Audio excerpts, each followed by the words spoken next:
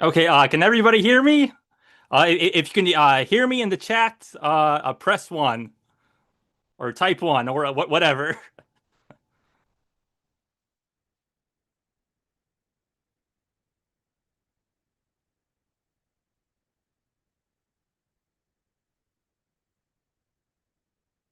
Okay, looking good, looking good. Hi, everybody.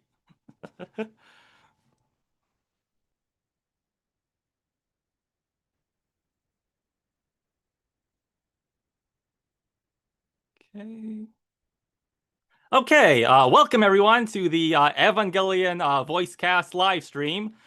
We have a great show planned for tonight with eight very special guests.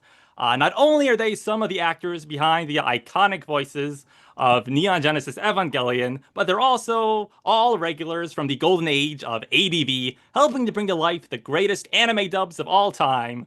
Yes, these are the people responsible for the dubs of anime such as Samurai Showdown, Burn Up, Mighty Space Miners, Blue Seed, Gunsmith Cats, Scaban Deka, Golden Boy, Super Atragon, Devil Hunter Yoko, Suikoden Demon Century, Elchia, Battle Angel, Plastic Little, Dirty Pair Flash, Princess Minerva, New Cutie Honey, Those Who Hunt Elves, Sorcerer Hunters, Galaxy Fräulein Yuna, Dragon Half, and many, many more. Okay, first up is the voice of Rei Ayanami and one of the directors of the ADV dub and the manga dub. It's Miss Amanda Winley. Hi, Amanda. Yeah, thanks for making it. Oh, my pleasure. Listen, I just got a text from Kimberly Yates. The power went out. Yeah. She emailed me too. Her power is out. So yeah, she might be late. So you know, Yeah. And here is Okay. Yeah, and here Jason. is I can say hi for a little bit. I got work to do. Sorry. Yeah, hi Jason. Hello. Yeah, thanks for being here, even if it's just for a little bit. Sure, of course. My pleasure. Okay, yeah. Okay, and next we have the voice of Asuka Langley Soryu. It's Tiffany Grant.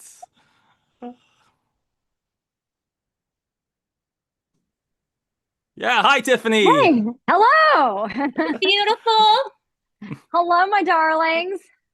Okay, yeah, we have you here I can and hear Amanda. What's up? Amanda. I can hear you. You can hear me? Yay. Oh, They can hear me in China. Yeah.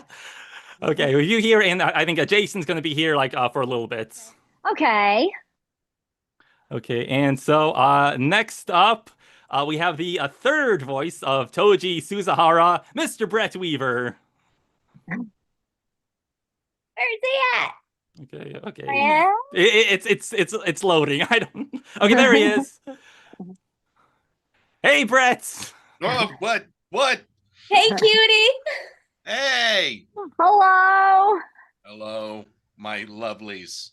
And Yeah. Jason. Oh, there you are. Yes. Yeah. Oh. Jason. Yeah. Brett's monitor is like facing away from the camera. I'm gonna turn. Yeah, So- I'm getting there. So yeah. That's what he's looking at. Okay. Oh, there you are. Okay. Yes. Hello, friends. Okay. Uh, Okay, and I guess next up we have the voice of Karu Nagisa. It's Mr. Kyle Sturdivant. Kyle. Yeah, hi Kyle. Kyle, We can't hear you, sweet pea. we can't hear you again. Hello? There you Oh, are. yeah, we hear you now. Okay. I thought I had it covered, but okay. Hello. That's Okay, yeah. We ran into Hi. the same issue like earlier, but Okay. okay. Well, we got it fixed now. Oh, good. Okay. Okay, great. Awesome. Okay. It's so cool to see all you guys. I know. It's exciting. I haven't seen you in decades. Decades. Yeah. 30 years. At least. I know, something like that. Okay, and okay. So next up we have the voice of Yui Ikari, Miss Kim Severe. So cool to see all you guys. Yeah, hi Kim. Yay! I haven't seen you in decades. Hey, Georgie. Hi, Hi guys, how are you? Kim, oh, I'm so excited to see you. Tiffany, oh my gosh, it's been a hot minute, girl. I know, kidding. I'm glad to see you. I'm so glad to see you. I'm so glad to see everyone. This is a very exciting day. Yeah, totally. Okay. Okay, and this next person was late, so I didn't get a chance to test if his microphone's working. But next we have the voice of Kensuke Ida, Mr. Kurt Stoll.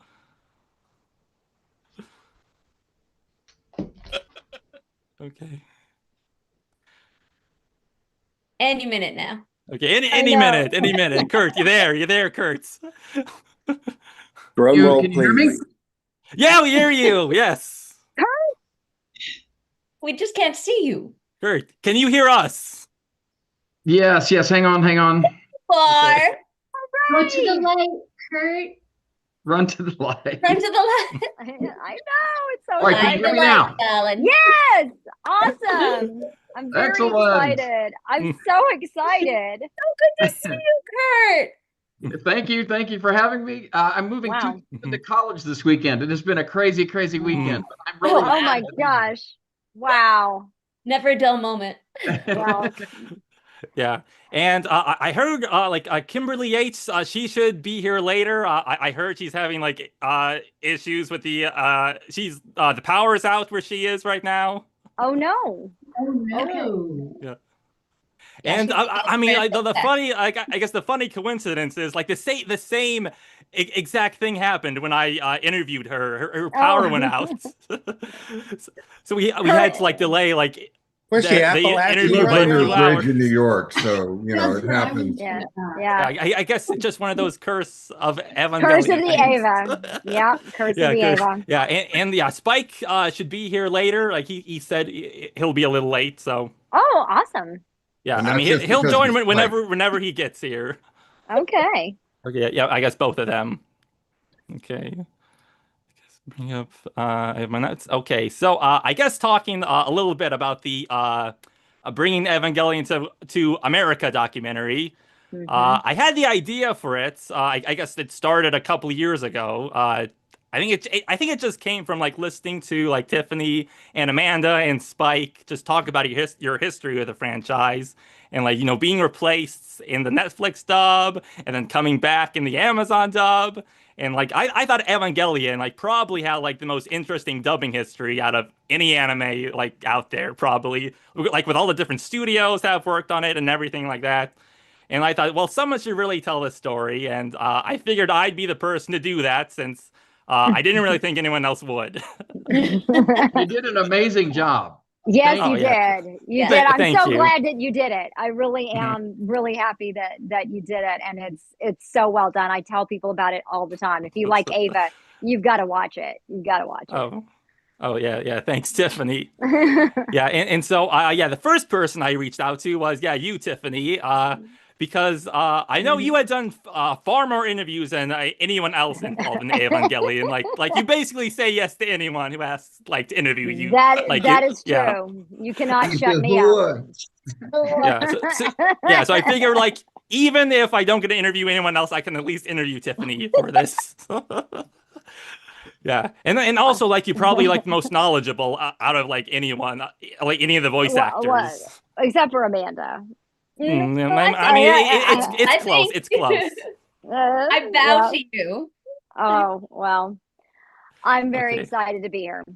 Okay, yeah. I mean, maybe one day we'll have to test like your knowledge. Oh, don't do that. I will Yeah, fail. yeah. See which one's the number one Ava experts. Oh, Well, you got to bring in epically. Taliesin Jaffe for that. Yes. Yes. You gotta bring Yeah, in just bring in Taliesin and he will crush us all like little bugs. Yeah. So what are your thoughts on this, Tiffany? When you got this email from this random guy asking to interview you for this Evangelion documentary? Well, as you say, I will pretty much accept anyone's interview request. I mean, I've done YouTube videos that, I've looked at them a year later and they had about 11 views. So pretty much anybody who wants to talk to me, I will say yes. It's true. Yeah, I think Yeah. it was at Amanda's roast that Jason said if there was any convention that ever invited me and they had a table and a couple of chairs, Tiffany would be there. That's so true. Yeah, and we ended up like having to do like 3 different sessions because you had so much to say. Like I originally You like can't estimated shut me up. I originally estimated it like taking 2 hours since I knew I had a lot of questions. But the first session ended up taking like 2.5 hours, and we only got up to the Funimation dub.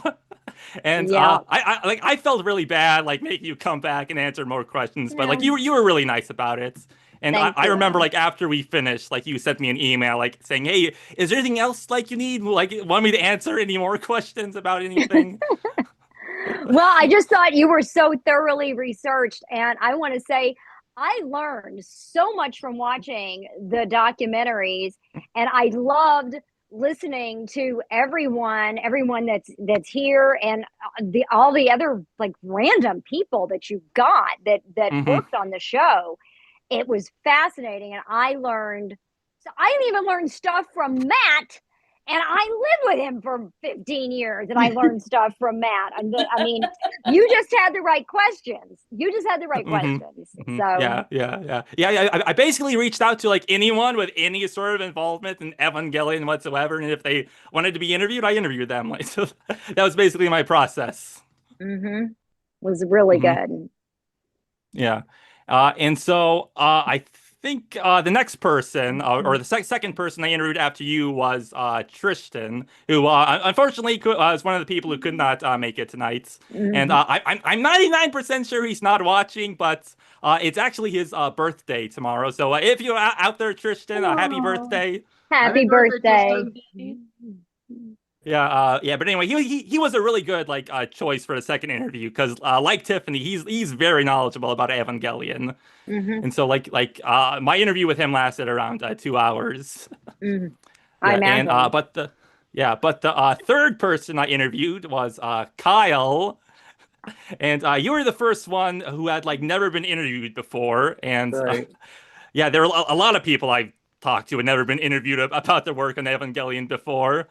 So, how did it feel to be brought back into the world of Evangelion after 26 years? Surprising. It's very surprising, but wonderful. At least I thought you were another nut job. At least once a year, I get an email from somebody who's like, Kawaru, because you're my favorite, you know. But they're fans. They're fans, of course. Mhm. And I've been very recluse about the whole Ava experience. So I don't know. There's something about your email that made me like, he's very serious about this. And obviously you were. I mean, it's a very much a passion project that you put out there. So I was happy to be part of it. I'm never Yeah, well, comfortable in interviews, but here I am.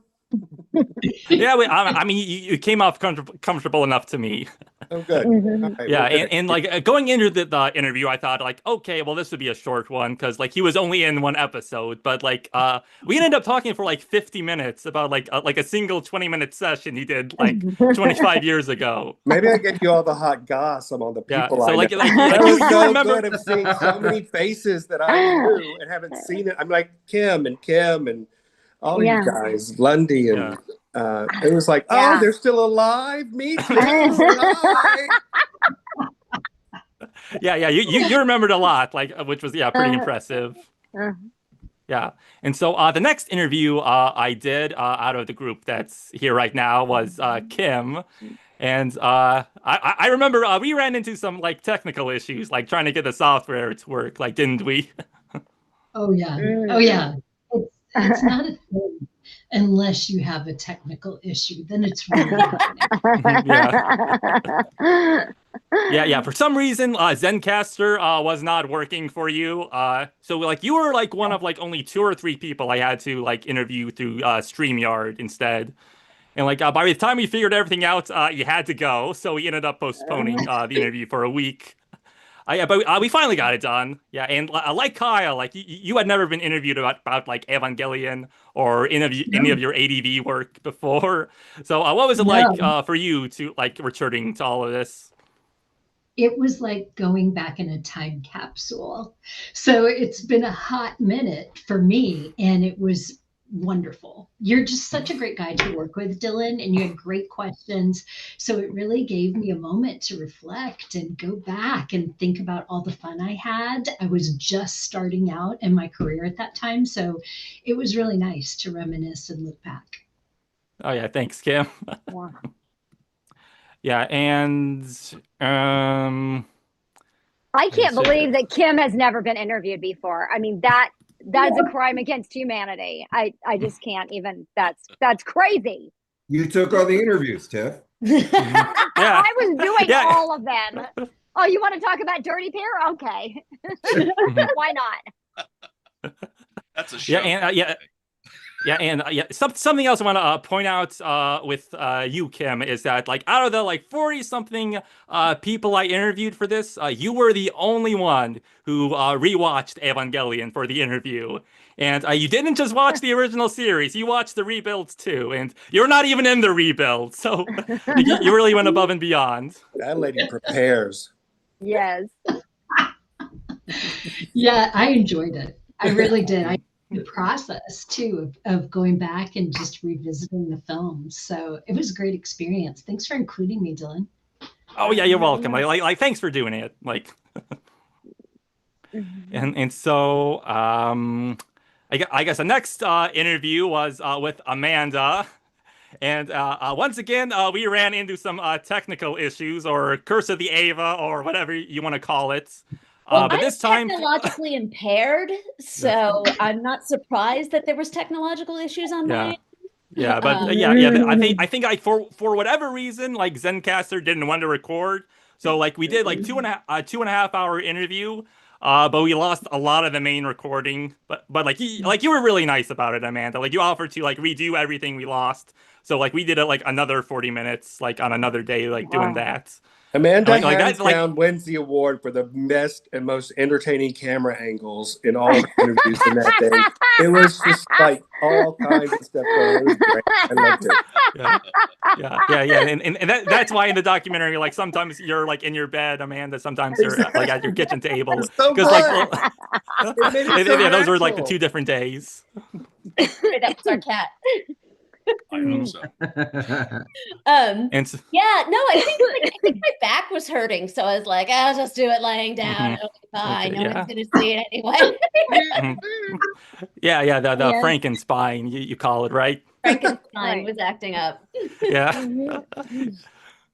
And I think probably what was like Jason was next, or like one of the next ones I did. Probably, yeah. Yeah, since I asked like you, Amanda, like, oh, does Jason want to do it? I also don't. I have to say, the only reason I did it was because Tiffany contacted me. Tiffany said it was like, there's this really nice guy. If Tiffany had not said, look, there's this really nice guy and he's trying to do this thing with Eva and blah blah blah. If you just contacted me out of the blue, I'd have been like, no. Oh. yeah. I'm that's actually something I heard from like multiple people like afterwards. Like they were asking like, "Oh, you interviewed Amanda?" Like, "Oh, Amanda does usually give interviews." So they were impressed by that. Yeah, Amanda's not like that slut Tiffany who'll talk to anybody. Mm. Yeah. So I think like Jason is probably the next one, and I think like I went a long time with you, Jason. I think our interview was like 2 hours. Oh my God. I mean, I'm a motor mouth then. yeah. I mean that's pretty crazy because like Aoba, he's like a pretty small character. No, well, he barely talks a lot. No, but you were also there doing production work. Oh on yeah, the I did a lot of manga the. I did a lot. Of Yeah. We production talked work. a lot about like End of Evangelion and Death and Rebirth and Yeah. like Well, that I also stuff. I don't do a lot of interviews, and I don't even go to conventions hardly at all. So that's why I probably talk Okay. more than I normally would. Okay, and okay, I think we just had someone else show up. Who could it be? Hey, I'm curious, while he's looking, Kimberly, you there? I am here. Hey. welcome. Yeah, thanks for making it, Kimberly. Thank you to my neighbor who got the electricity in the building back on. Yeah, that's great.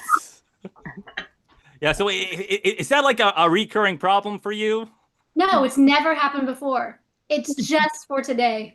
Because I was just saying, like, I remember, like, when I tried to interview you, like, I think it was like an issue with, like, with your power or something similar.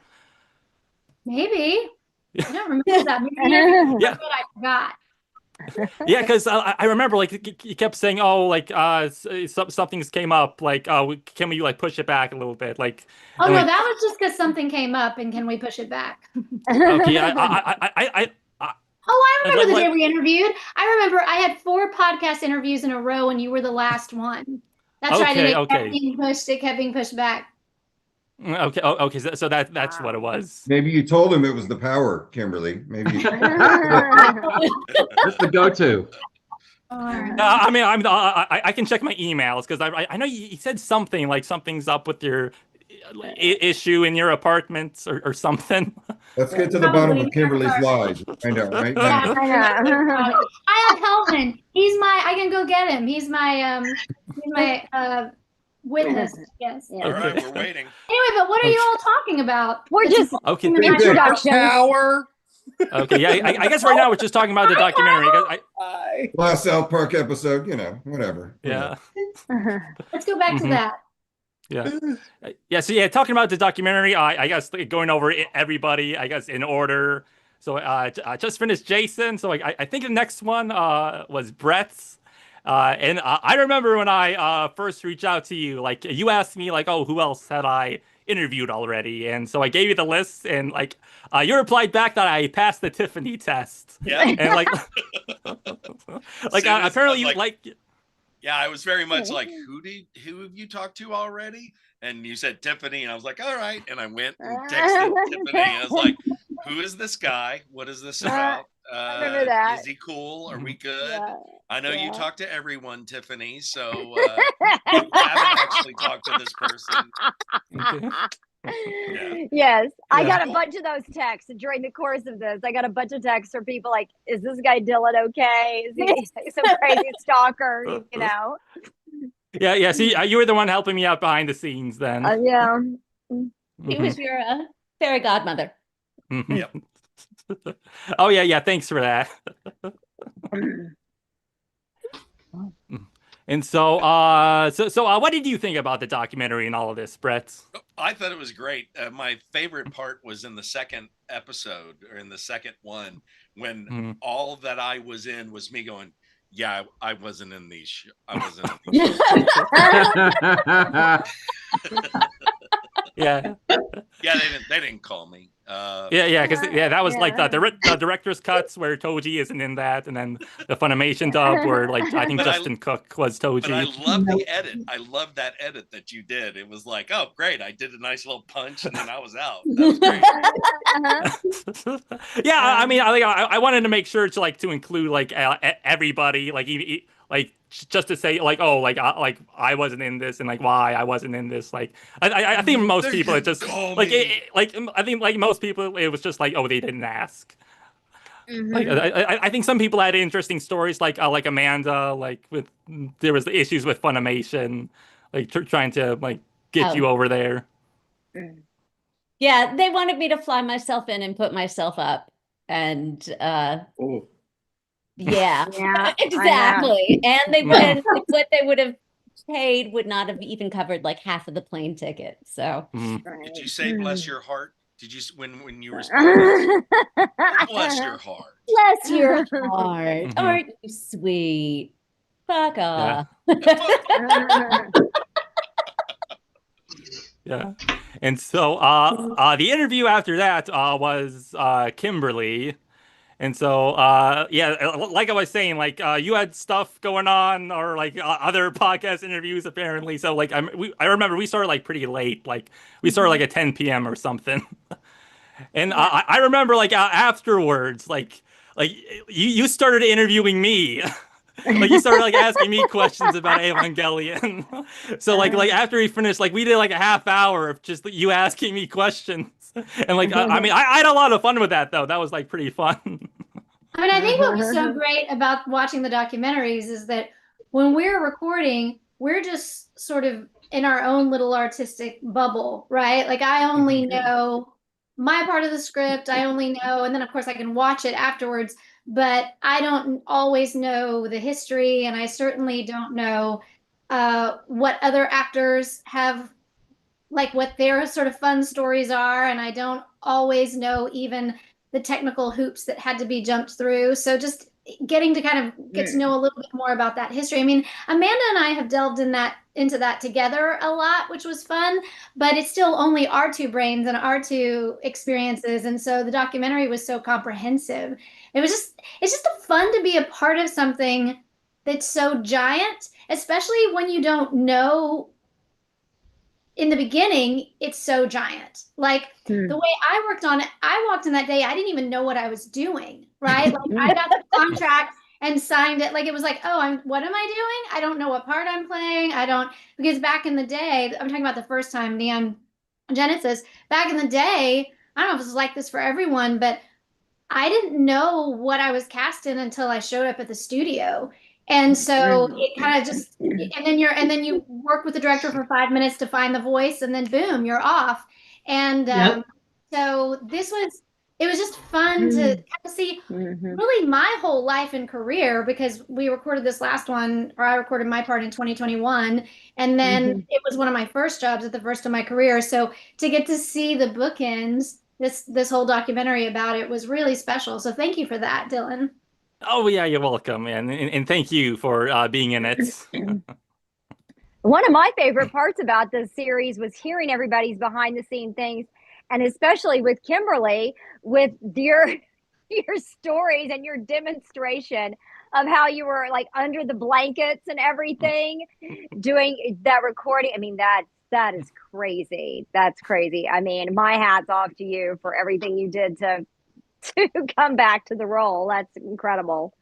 So I think because people, if they haven't lived in New York City, it's like we don't like other people live. And I remember when they called me, they're like, okay, so you have a walk-in closet? And I was like, no. Like, I have 3 closets, which is enviable, but no, none of them are walk-in. And so it was kind of an interesting, like, just having a makeshift booth. I do have to say the engineers were incredible.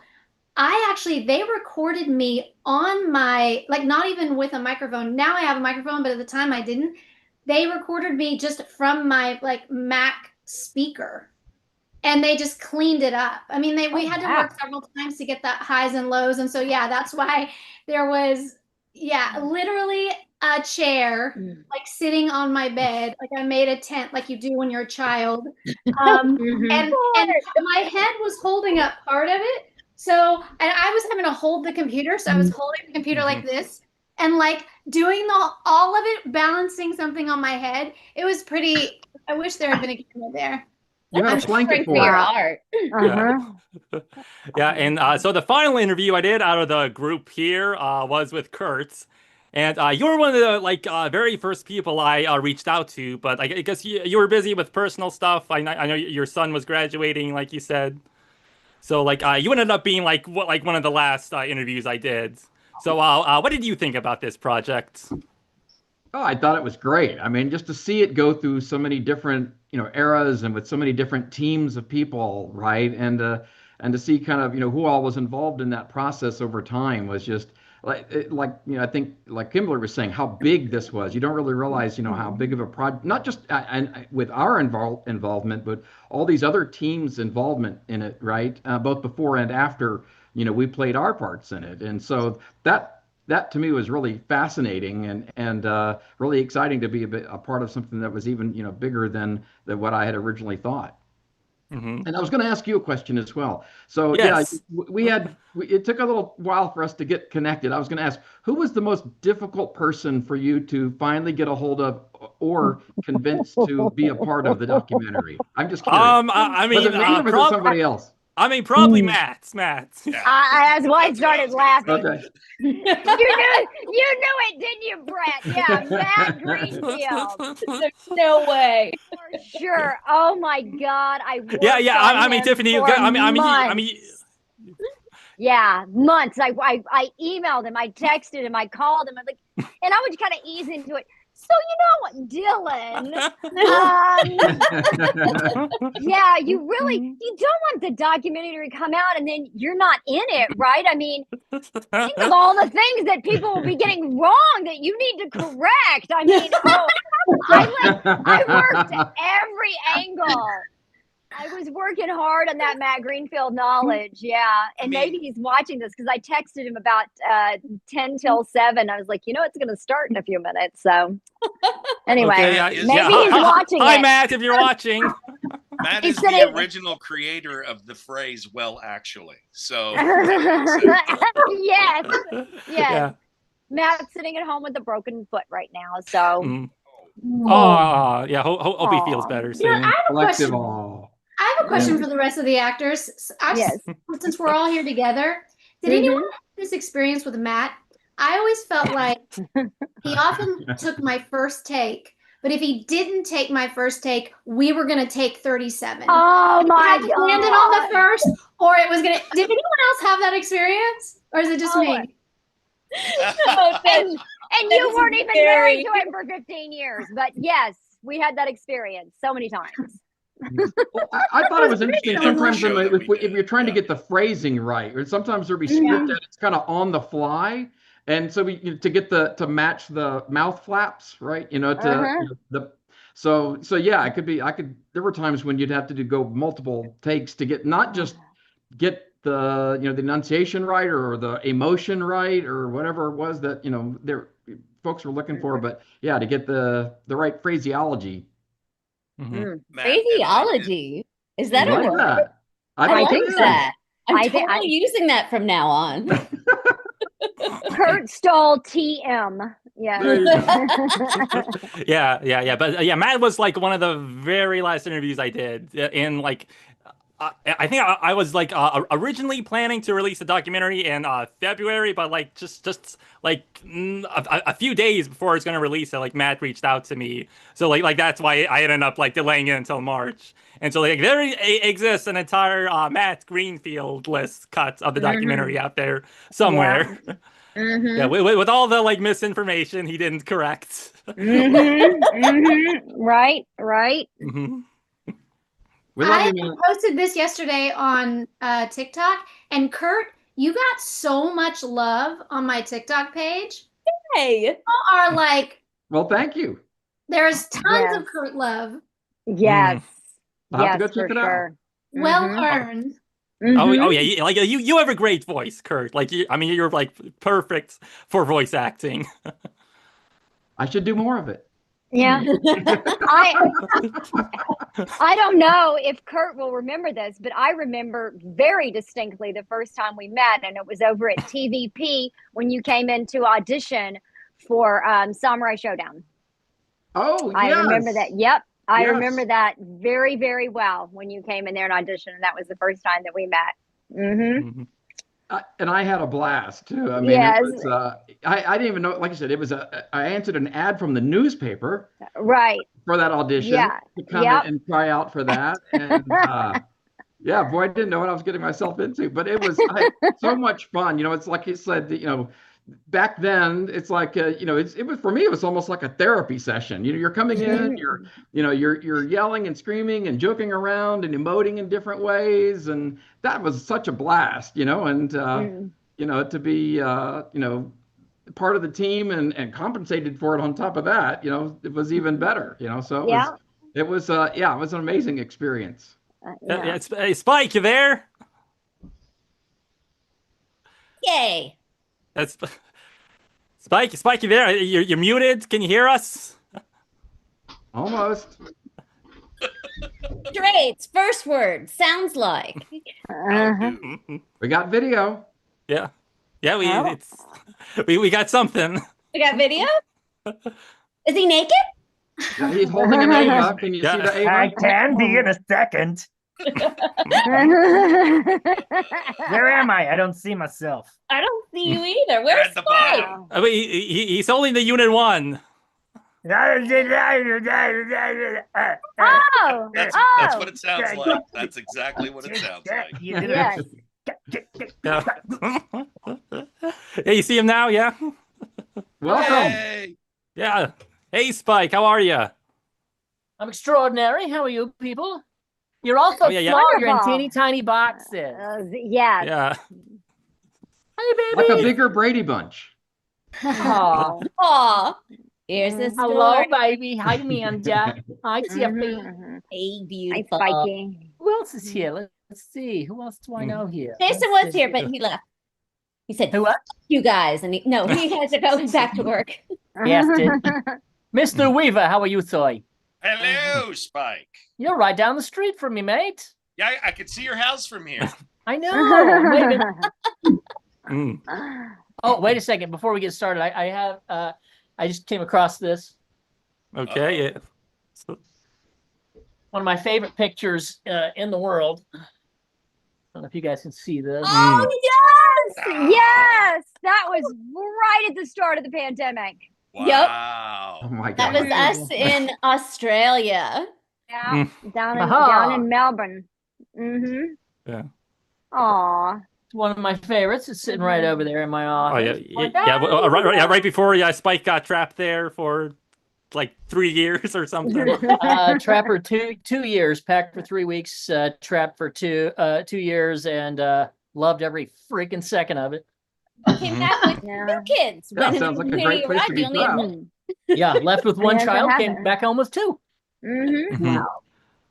Yeah. So Spike, we Apparently, were I just can talking. still get in a robot. Hey. Yeah. Oh, yeah. Oh yeah, so yeah, we've just been talking about the documentary and everyone's experience with it. So, what are your thoughts on this, like being interviewed for this? I think it's great. It keeps us relevant. I like that. Nice. Yeah. After so many years. Oh yeah, and I was there too. So Mm-hmm. yeah, it's pretty cool. Yeah, because you want to keep your name out there in the public consciousness. Don't want people Why not? forgetting Spike Spencer. Yeah. No way. So it's all good. It's all good. Mm-hmm. So what have I missed? Nothing. Yeah, I guess been you out. Us Introduction. walking around excessively. That's all you missed. Yeah. How we got our start in voice acting. Yeah, that's Do we have chats? No. Do we have people Yeah, asking we have questions? chats. Yeah. Just about to get into questions. But before that, I want to go back to Kurtz because when I interviewed you, you had like a bunch of like great stories that I couldn't really use in the documentary because they had like nothing to do with Evangelion. It was just like random stuff that happened at ADV, and I remember like the one like I really wish I could have included was when you and Amanda went out to eat afterwards to the Elvis restaurant. Yes. Like, no. Kurt was dressed up like Wasn't it Elvis. Chili's or Tiffany something? and They I have like the were big Elvis. fangirl. Yes. We Yes. screamed. He did an That Elvis was impersonation. awesome. We kneeled at his feet and screamed. It was so much I fun. think I might still have. We had those like the Elvis and the masks, the Yes, Elvis masks the on the masks. sticks. Oh, that's right. Yes, I think maybe I still have it somewhere. Who knows? No, that was a fun. Okay. Did they have a stage, or did I just jump up on a table and start singing? I can't remember They what had it. this little platform that Yes, he jumped up on. yeah. It was awesome. It was awesome. So I knew a few Elvis songs and that sang them, and you couldn't ask for better fans than Tiffany and Amanda up there screaming. I'm It sure was like, what in the fantastic. hell? Oh how my did this happen? God. That was Yeah. fun. Oh yeah, that was pretty Yeah, and awesome. you won like free meals for you guys. That's right. We all got free meals. Oh, well, I Can't forgot do that that. part, but I still now I want to know where my Elvis thing is. It's just like an Elvis face on a stick. But then if you poke the eyes out to see through the eyes, it's very creepy. Yeah. It's in the Tiffany vault somewhere. Yep. Yeah. It'll show up on my eBay page one of these days. Oh yeah, and now there's a story to go with it. Official Kurt stole Elvis. Yeah, I mean, I was in full. I think I was in full Elvis getup. I had the Elvis jumpsuit and the scarves and everything. Right, because didn't they have it? They had a thing, right? It was like a contest, and if you showed up, like you got a free meal or free whatever. I think, yeah. That's right, because they celebrate Elvis. They've got God. dishes that are named after Elvis and things like that. So Yeah. once a year, they do this thing where if you show up in Elvis costume and sing some Elvis songs, you get a free meal. So Why not? yeah, so we knew about it in advance and said, let's go check this out. It sounded like fun. God, that's right. Oh man. Yeah. Yeah, so I guess Awesome. now we'll start taking questions from the chat. So if anyone has a question, post it now. See.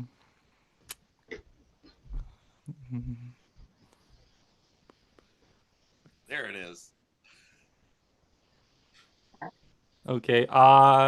This isn't awkward at all. Okay. Burrito One asks, for anyone involved in episode 22, director's cut, especially Tiffany, any stories from recording and or translation? Asuka was screaming for several minutes straight. Was it difficult, or did you need to do retakes? Good Lord in heaven. I kind of do remember doing those recordings for the director's cut. I do remember that there was a lot of screaming, but I really can't remember at this point, like if I had to do a bunch of retakes. Usually directors will try to be pretty as gentle with you as they can if there's a lot of screaming. You know, usually they will try not to make you do too many takes of it. But then if your scream was too long or too short or whatever, you know, you might have to redo it. But I don't remember if I had to do it a bunch of times. But I can remember being in the studio for that. And Spike would have worked on that too, I'm sure. Yeah. Yeah, I think it was you, Spike, Kurt, and Kim worked on the director's cut. Mm-hmm. That sounds right. Yeah. I think everyone else wasn't available, or they couldn't find, or your character wasn't in it. Yeah. I don't know. That's all I can. Yeah. So Kicking Keno asked, did you draw on any real life experiences or people when shaping your performance? Is that just for all of us or for? Yeah, for all of you. Yeah. I always say Ray is based on 14-year-old me. I hate to do this. I hate to bring this down. I have trouble with depression. I'm fine now. Everything's fine now.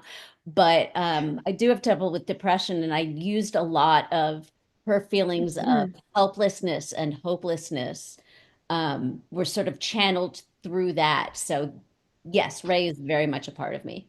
Who's next? How about you, Spike? I am nothing like Shinji. Not a damn thing. I know.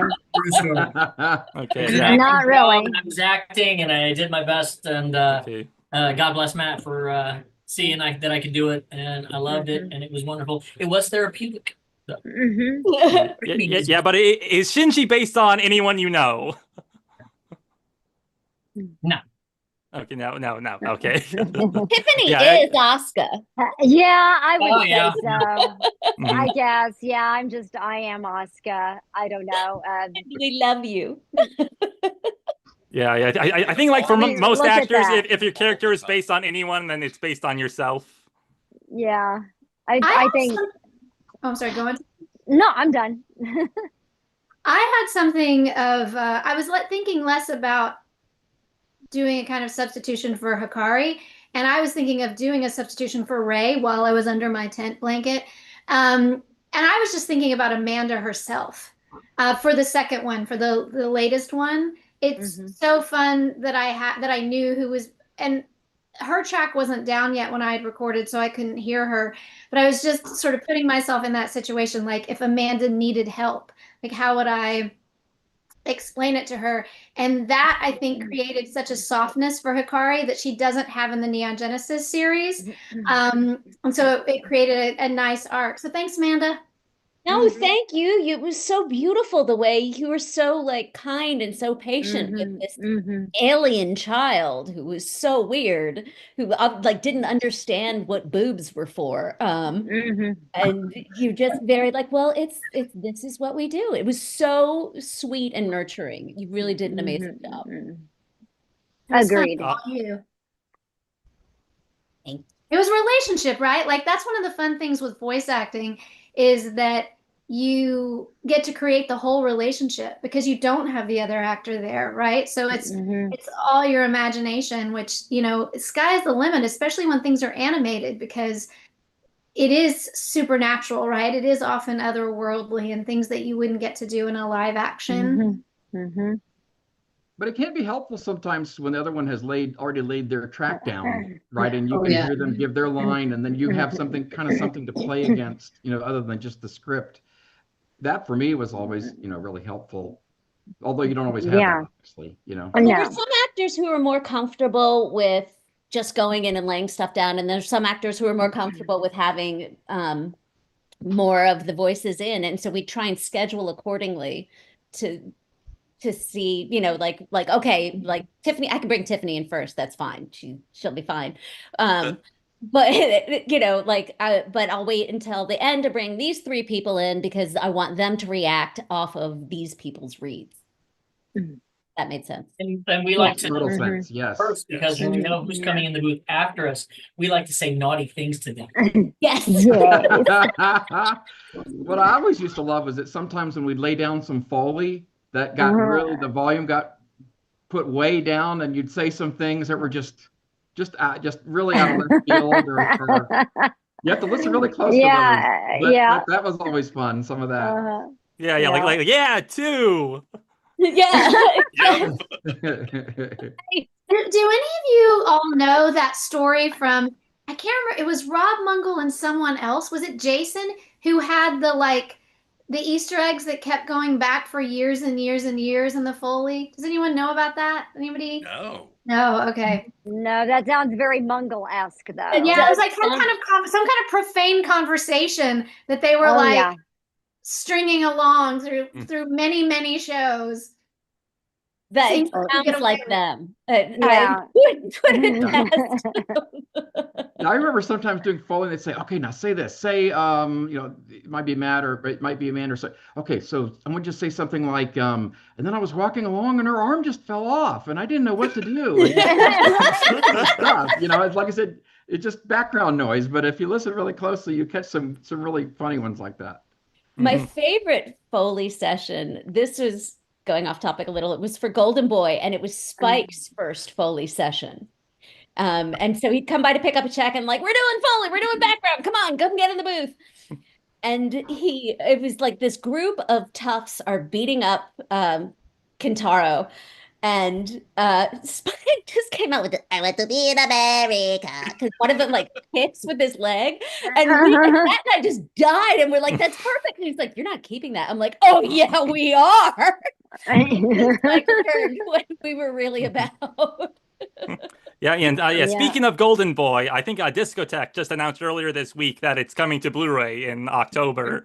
Doug Smith recorded a new audio commentary track for that. So he did. Yes, that is going to be so incredibly exciting. I'm very much looking forward to that. I love directing him. My favorite thing to do, I would give him, because he was in the art department, so I'd go in at the end of the day, of the workday, and give him a candy bar and a soda and say, meet me in the studio in 30 minutes, because then he'd be all like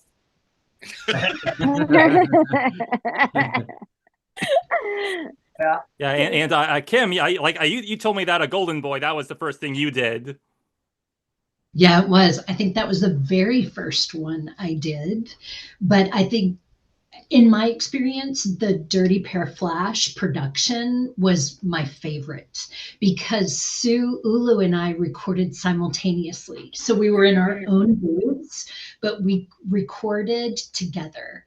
And it was amazing because you literally got to play off one another. And like what everyone was saying, usually you would come in and you wouldn't know the pieces of the story. You wouldn't have anything to work off of. A lot of times other voices wouldn't be down, but working like that together in Dirty Pair Flash was so much fun. We had a blast together. Sue Ulu was Ritsuko in the just throwing that out there. She couldn't make it tonight, but shout out to her if she's out there somewhere. We love you, Sue. And play the whole village in that? What's that? I feel like I played a whole village in that. Which Dirty one? Pair Flash. Flash. Oh yeah, there's like the one episode where the guy like cloned himself and you voiced all the clones. Yes. It takes a breath. That was you. That was me. Well, that was 1,000 views, Brett. Even I was annoyed with myself. I recorded at the same time on Golden Boy because in episode 4, the swimming episode, Kim and I played. It's a whole, like, Kentaro is teaching these little kids to swim, and Kim and I played every little kid in that whole episode. We were all of the little kids. And I got a call that was like, that day, can you come in this afternoon, or can you come in tomorrow? It was really short notice. And we did that in the booth where she was in one booth, I was in the other booth, and we recorded if you watch Golden Boy episode 4, that's me and Kim, and we're every little kid in that episode. Yeah. And so Scasm asks, who remembers Shadowbone? Oh. Yeah, Spike. Yeah, Spike remembers. Okay. Spike, okay, Spike is one of my favorites to direct because he always cracks me up. And there's this scene where they're standing over Yui's grave, and it's all very serious. But because of the way the shadows are shot, it looks like he has this giant, absurd boner. So Spike made up this song. Shadow Bone. Made up this song that, like, every time it was like we were paused to do something, I'd hear Shadow Bone. Yeah, because it's like Gendo's shadow, and then like the shadow of the grave is like sticking out of his crotch. It looks like Shadow Bone. Thanks, Spike. That was my funeral. Show a little respect. My version of a Viking funeral. Yeah. All right. Whatever that means. Okay, Zine O'Bine asks, I think they asked for Spike, but I'll just ask it for everyone. Who is your favorites pilots from Evangelion?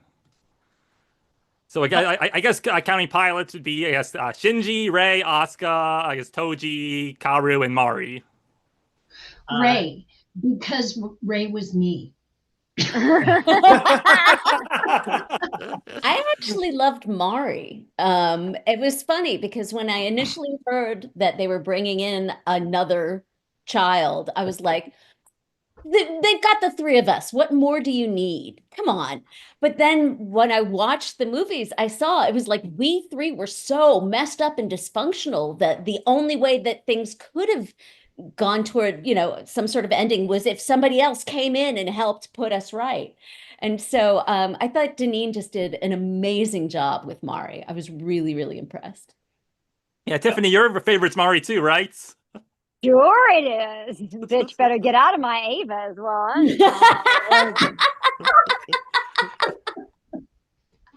I mean, who else would have a bottle of Asuka soy sauce? I mean, of course, my favorite pilot is Asuka. I mean, obsessed much? It's a problem. My I have a favorite soft spot pilot. for Asuka too. Kills me. Sorry, my favorite pilot was Toji, though, he did say, hey, watch this just before, and you know what happened to him. That's usually He how doesn't hold my beer. Hold my beer. Come on, here we go. Here we go. Hold my beer. I actually like Mari too. Because when she came in, I was like, okay, well, we'll see where this goes. And then when everything progressed the way it did, and the whole end and everything, if anybody hasn't seen it yet, sorry, it's great. Spoiler alert. So good Yeah, for Shinji. It was so wonderful, and I literally, when I saw that, I was like, yes. Mm-hmm. So him and Mari, man, it's like, yep. I'd say Okay, mine and maybe Kensuke's was Asuka. Kensuke has definitely had a thing for Asuka. Yeah, He liked it rough. Yes. Okay, and Kyle, who's your favorites? What? Yeah, who's your favorite pilots? I'm just happy to be here. Okay, you like There Kaoru? were Is Kaoru? pilots in it. Yeah, is Kaoru your favorites? Okay. Yeah. The character you voice is the You're gonna character you call me voice your out because I've favorite. never watched it. Okay, fine. Okay. Okay, well, I mean, you remember a lot for someone who's never watched it. I'll say that. Just what I've been told. Yeah, yeah, yeah. By me, yes. The only time I've sat down and actually watched it was with Amanda, and when we did our drinking party. So it's like, oh, that's what Allison we Keith did. used to try to tell me a lot about it, and she can talk real good. So I Mhm. probably heard a lot what she said, I Oh, think. yeah. Yeah. Maybe Allison couldn't make it tonight. I think she had an appointment with a client come up like last minute, so that's why she's not here. But yeah, we love you, Allison. Wish you could be here. We love you, Love Allison. you. You're the We best. love Love you, Allison. Allison. She's Love wonderful. She is Amanda and I only watched the it ultimate together. Mifado. Oh, I'm sorry. Go ahead. Yeah, yeah. remember when we watched it together? Remember we were taking like pictures and screenshots. Yeah. We were trying to. We were like watching it in ultra slow mo to find all the little Easter eggs and things. Do you There remember were that? times like, yeah, no, like Kimberly was like, wait a minute, you're in that scene. I'm like, what? She's like, look, Ray's standing right there. Oh my God, you're Right right. in the train station at the end. Like you can see her, like it's just like a real flash, and she's back there. But we don't always know that stuff because if it's not on the script, we're not voicing it, right? No, So it's like right. and I love to find the places my character is in when they didn't let me voice it, right? You know, like when they're in the background. Little inside obsession. Moving Okay. on. Yeah. Alan Wright says, question for Kim Severe, but I guess any of you can answer this. But he asked, are you thrilled to see Dirty Pair Flash finally being released on Blu-ray? Yes, because I don't have a VHS player anymore. The only way that I can see it. I actually do have all my original VHSs that ADV would give you. So I do have them. And a little off topic, but I took a couple of my niece and nephews or cousins, whatever you call them, small human beings. I don't have my own. So small human beings. And we went to an Airbnb and they had, do y'all remember the little VHS players? It was a tiny screen in the top. And then the player was actually in the bottom of the unit. Yeah. They had these in this Airbnb, and here are these 8 and 7-year-old tiny humans. And I said, hey, do you know what this is? And they were astounded. They're like, what is that? And I put in a VHS for them, and they were glued to this tiny screen. So I'm psyched about Blu-ray because I almost had to steal that machine from the Airbnb just to and Ava VHS tapes. Totally worth it. Yeah, so Totally. Brett, have you heard anything about the Dirty Pair Flash or Dirty Pair in general Blu-rays coming out? I mean, we're waiting on Crunchyroll to do it. I know I had a blast playing Mugi. I can tell you that. But yeah, I did that 2 years ago. I think it's like 3 years ago. I got my t-shirts. So all we have to do is wait for the media. Yeah. For anyone who doesn't know, like there was like a Kickstarter a few years ago to bring all of Dirty Pair to Blu-ray and produce a new dub of the original series, which had never been dubbed before. And so what happened is Crunchyroll bought Right Stuff, and so there's been a bunch of delays and stuff. Like they've fired all the staff that were working on it, and like we have no idea what's happening with that. So hopefully it comes out eventually. Wow. Yeah, that's never happened before. Yeah. Yeah. Oh yeah. That's never happened. If you've never recorded like an anime and then it doesn't come out, that doesn't happen. No. Right. Yeah, Gurren Lagann. Yeah, Gurren Lagann. Yes. No kidding. Okay. I guess Joe Cortez Jr. asked, will any of the cast be making appearances at the upcoming Ava concerts in the U.S.? Nope. What upcoming Ava concerts in the U.S.? Yeah, right. I think If it is. Tiffany says no, we know no one's going. Yeah, no one. Yeah. Will That's there right. be Avas on stage? Yeah, it's I guess Evangelion Symphony Concert. I forget her name. The singer of the theme song is gonna be there. Tiffany, we met her. Yeah, yeah, Red we Expo. did. Yeah, Yeah, What's her name? yeah, I know. It's Yeah, what's her it's face? Yeah. Yoko Takahashi, I think. Isn't that right? Yeah, that sounds right. Sounds right. Yeah. Yeah. I'm very I- excited I about think- the Nerve headquarters bouncy castle at the show. And that'll be good. Yeah, so I think the concerts are Toronto, Irving, Texas, and Los Angeles. So if anyone in those areas Wow. wants to my see the Evangelion concert, there's your options. Wow. People go to Okay. Irving on purpose. Apparently they do. I don't know. That's shocking to me. I wish I was there, but I tell you what, I'm surprised that we're rapidly approaching the 30th anniversary of Ava premiering on TV in Japan, which will be in about 2 months, and there isn't some kind of big 30th anniversary Ava thing anywhere. Nobody. Hello. Yeah. That's a little disappointing. Dylan. Well, I'm going to go get a glass of wine and drink to it. Yeah. That's my I boy. want that. Yes. Let's get on that. Anyway, I'm just surprised. This is the closest thing that we'll have. This right here. Okay. I want an Ava pachinko machine. So if Those are anybody in so the cool. knows how to get one, let me know. Oh yeah. Oh, they're awesome. I used to have the a pachinko machine, not an Ava pachinko machine, and I loved it. Yeah, the Evangelion pachinko machines. Yeah. I think they put like a new one of those out like every year. I was gonna say there have got to be dozens and dozens and dozens of them. Okay. So many. Yeah. I'm gonna start filling.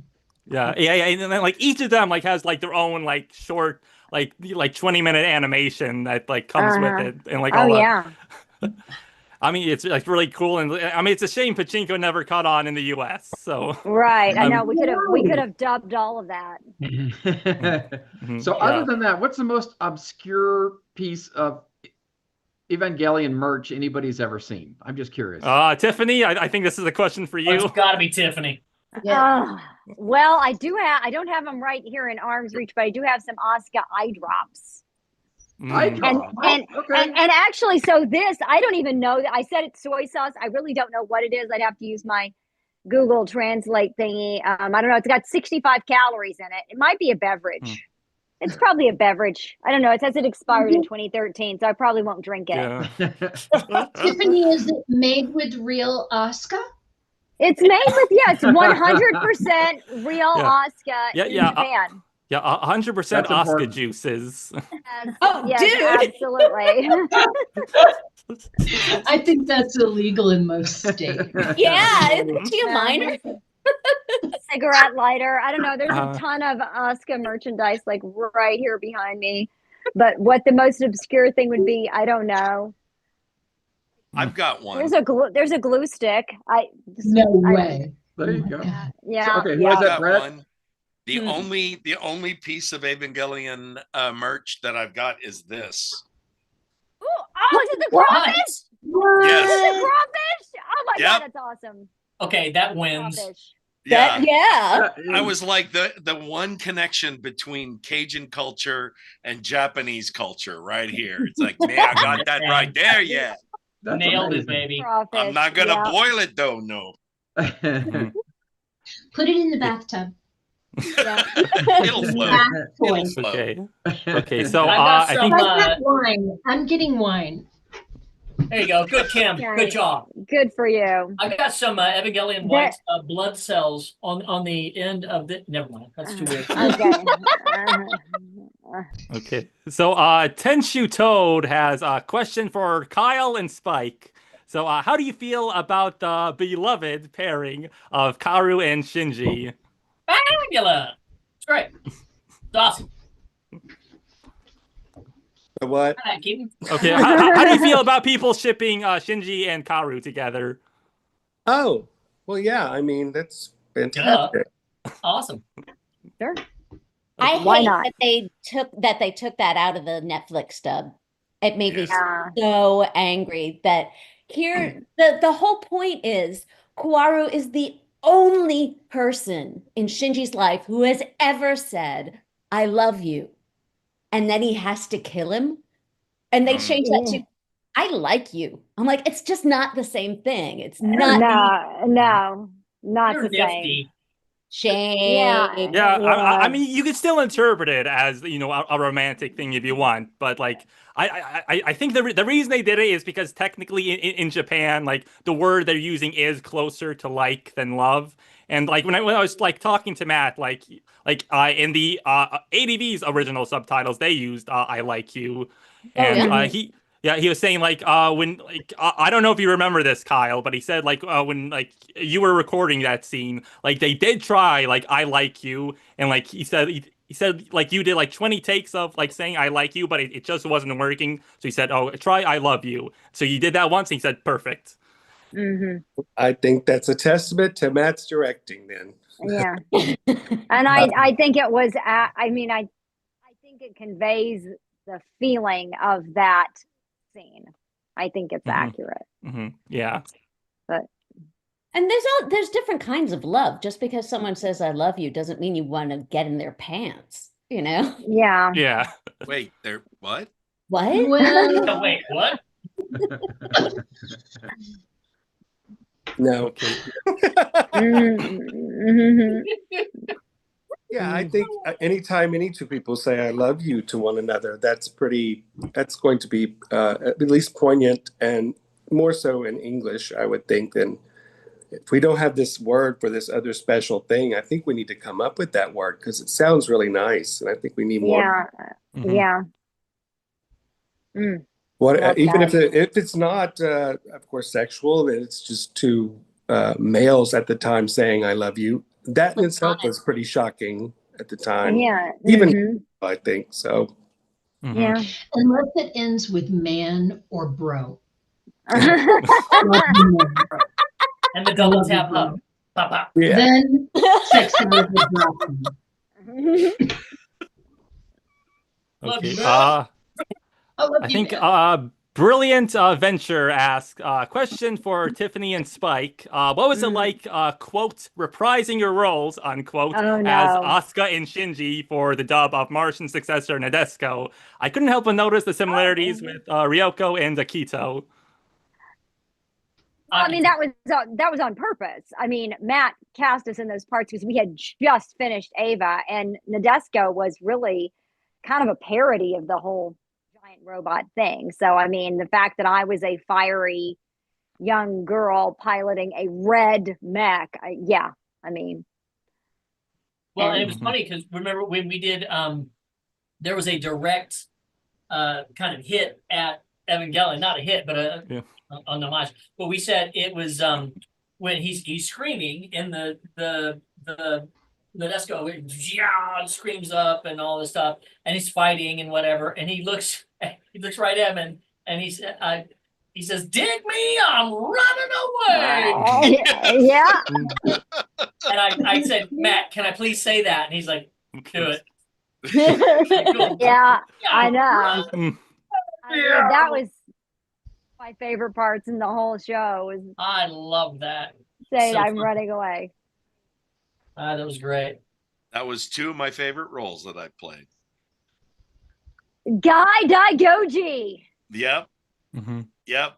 He comes on, he's the hero, you think, and then he's killed. And then later on, this other guy who looks just like Guy Daigoji comes on and they kill him too.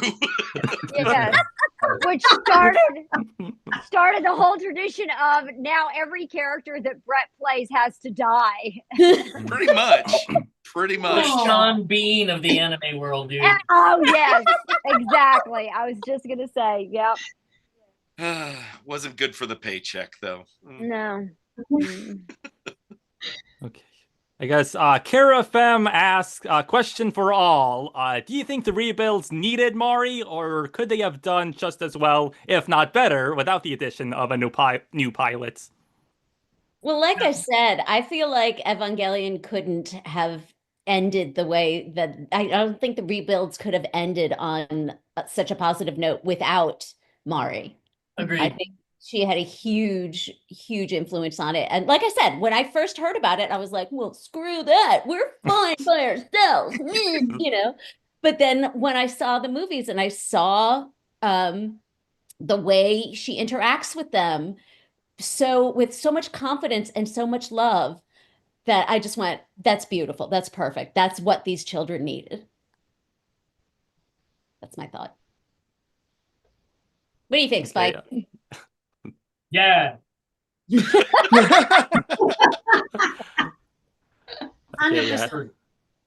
I just felt like there was something missing that, you know, I mean, I understand that Ava is often very intentionally, you know, obtuse and they don't want to give a lot away, but I just almost felt like, well, where's, like, if there was a part of the story that was missing that we didn't ever really understand about Mari and what her purpose was or why she was there. I just kept waiting for that to be revealed, and I just kind of felt like, oh, okay, they just wanted to introduce a girl with big boobs and glasses.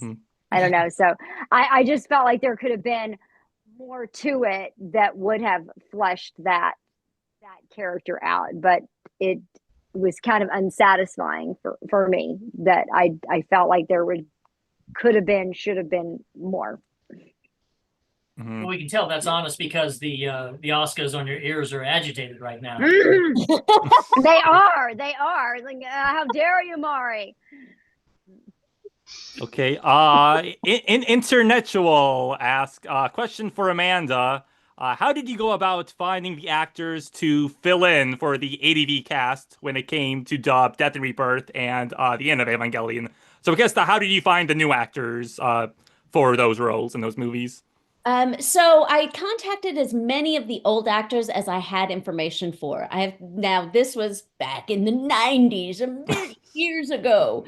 So the internet wasn't a thing. So if I didn't have someone's contact information, I had no way of getting a hold of them. Yeah, they like Kyle and Kim. You guys didn't make the cuts.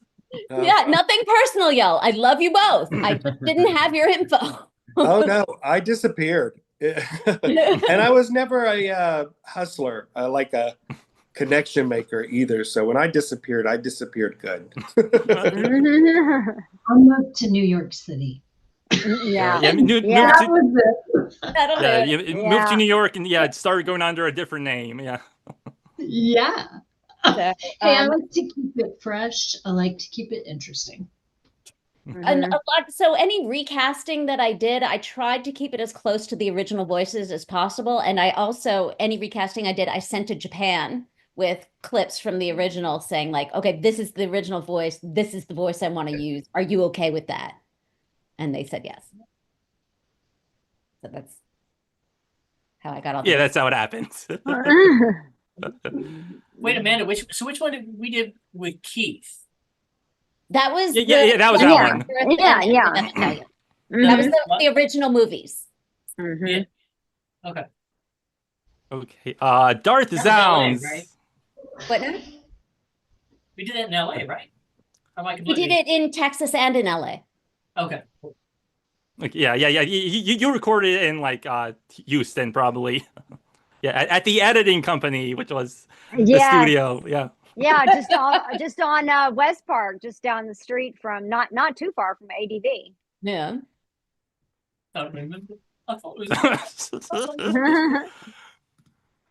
Okay, Darth Zounds asks, what if Evangelion was on the show Mystery Science Theater 3000? What riffs would you like to hear for which scene? Shadow Bow. Shadow Bow. There'd probably be a lot of getting the robot. Getting the effing robot, I would imagine. Pinky Probably a bit Whippersnap, of- and I'm the pilot of Ava Unit Bucket. Probably yeah, one of them would. So I don't know. Is he going to run away? What do you think? He Is he mustn't going to run run, away? right? I don't know. I think he's gonna run away. Yeah. He's probably, oh, there he goes, like a little bitch. He's running away again. Go get your shine box, Shinji. Okay. Anyone else have any answers for that question? Yeah, no. Okay, well then the very end of Evangelion, that song, that da da da da da da da da da da. We Taliesin and I would go, "Hey Jude." Yeah. So that was another Yeah. one we would have done. Okay. Fletch 2J91 asks, question for everyone. Just general thoughts on the popularity of anime now. I love everyone's work here. Aw, what a sweet pea. It's funny to see anime be so mainstream now because when we started, it was literally like you'd say, "Oh, I work in anime," and people say, "What is that?" Yeah. Yeah. "I work in Japanimation." Oh, okay, I guess. Okay, yeah, Speed Racer, yeah. Yeah. Exactly. So Yeah, I love Ultraman. Yeah. Too. Yeah. Well, thank you for the question, John. Uh, the just the landscape has changed so much. I mean, anime is really mainstream now. Like you said, I mean, people know what that word means. That's very commonplace, and just every little town everywhere has got some anime con, and I've been to most of them. But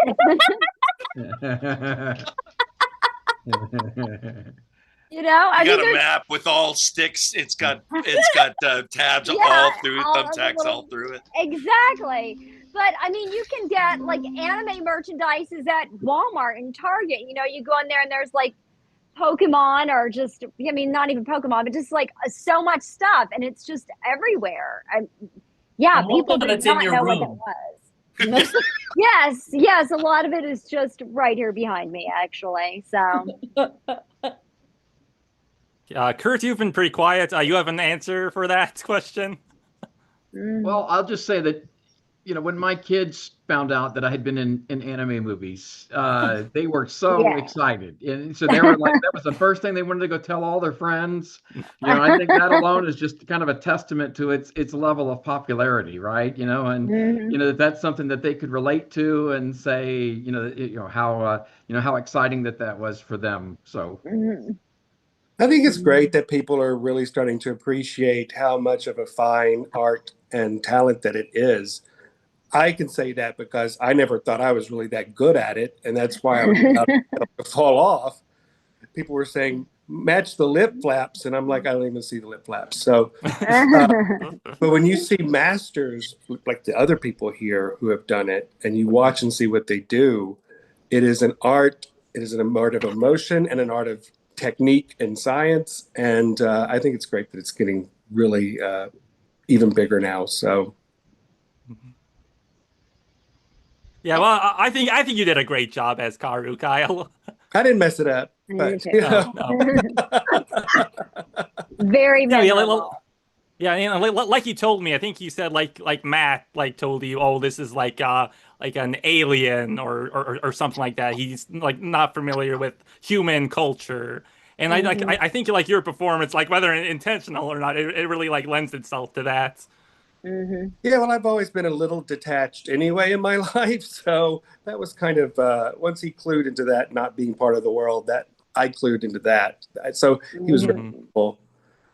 Let me throw something in acting wise. So the technology has gotten so that it can do so much now. That in the day when we were doing it was nothing but acting, and that's how I approached all the roles then than I do now. It's an acting role. Now there are more things now. You can kind of do shortcuts, et cetera, et cetera. But back then it was just that's all I knew. I didn't know anything but acting. I'm an actor. That's what I do. It's like, oh, you're a voice actor. Well, yes, I do that as well. We all do, but we're all actors.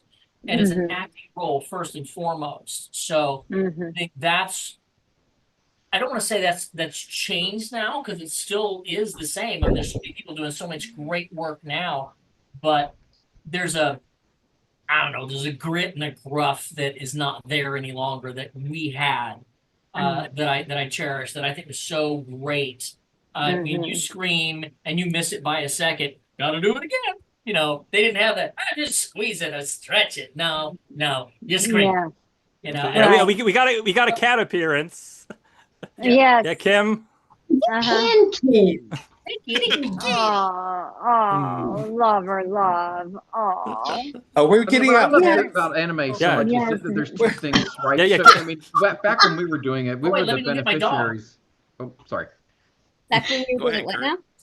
What were you No, I saying? was just going to say that we were the beneficiaries of, at that point, anime was just such a great way to explore things that were just completely over the top, right? These visionaries of what the future was going to look like from a technology standpoint or even a social, standpoint and things of that nature.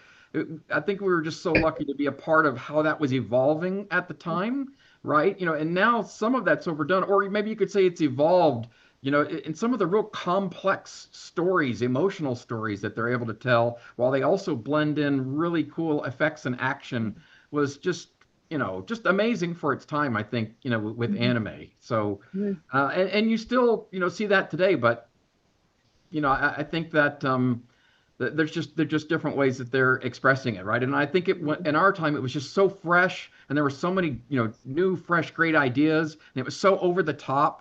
That was When what we made it so started, there was no exciting. such thing as a voice actor. Right. Yeah. Exactly. I know.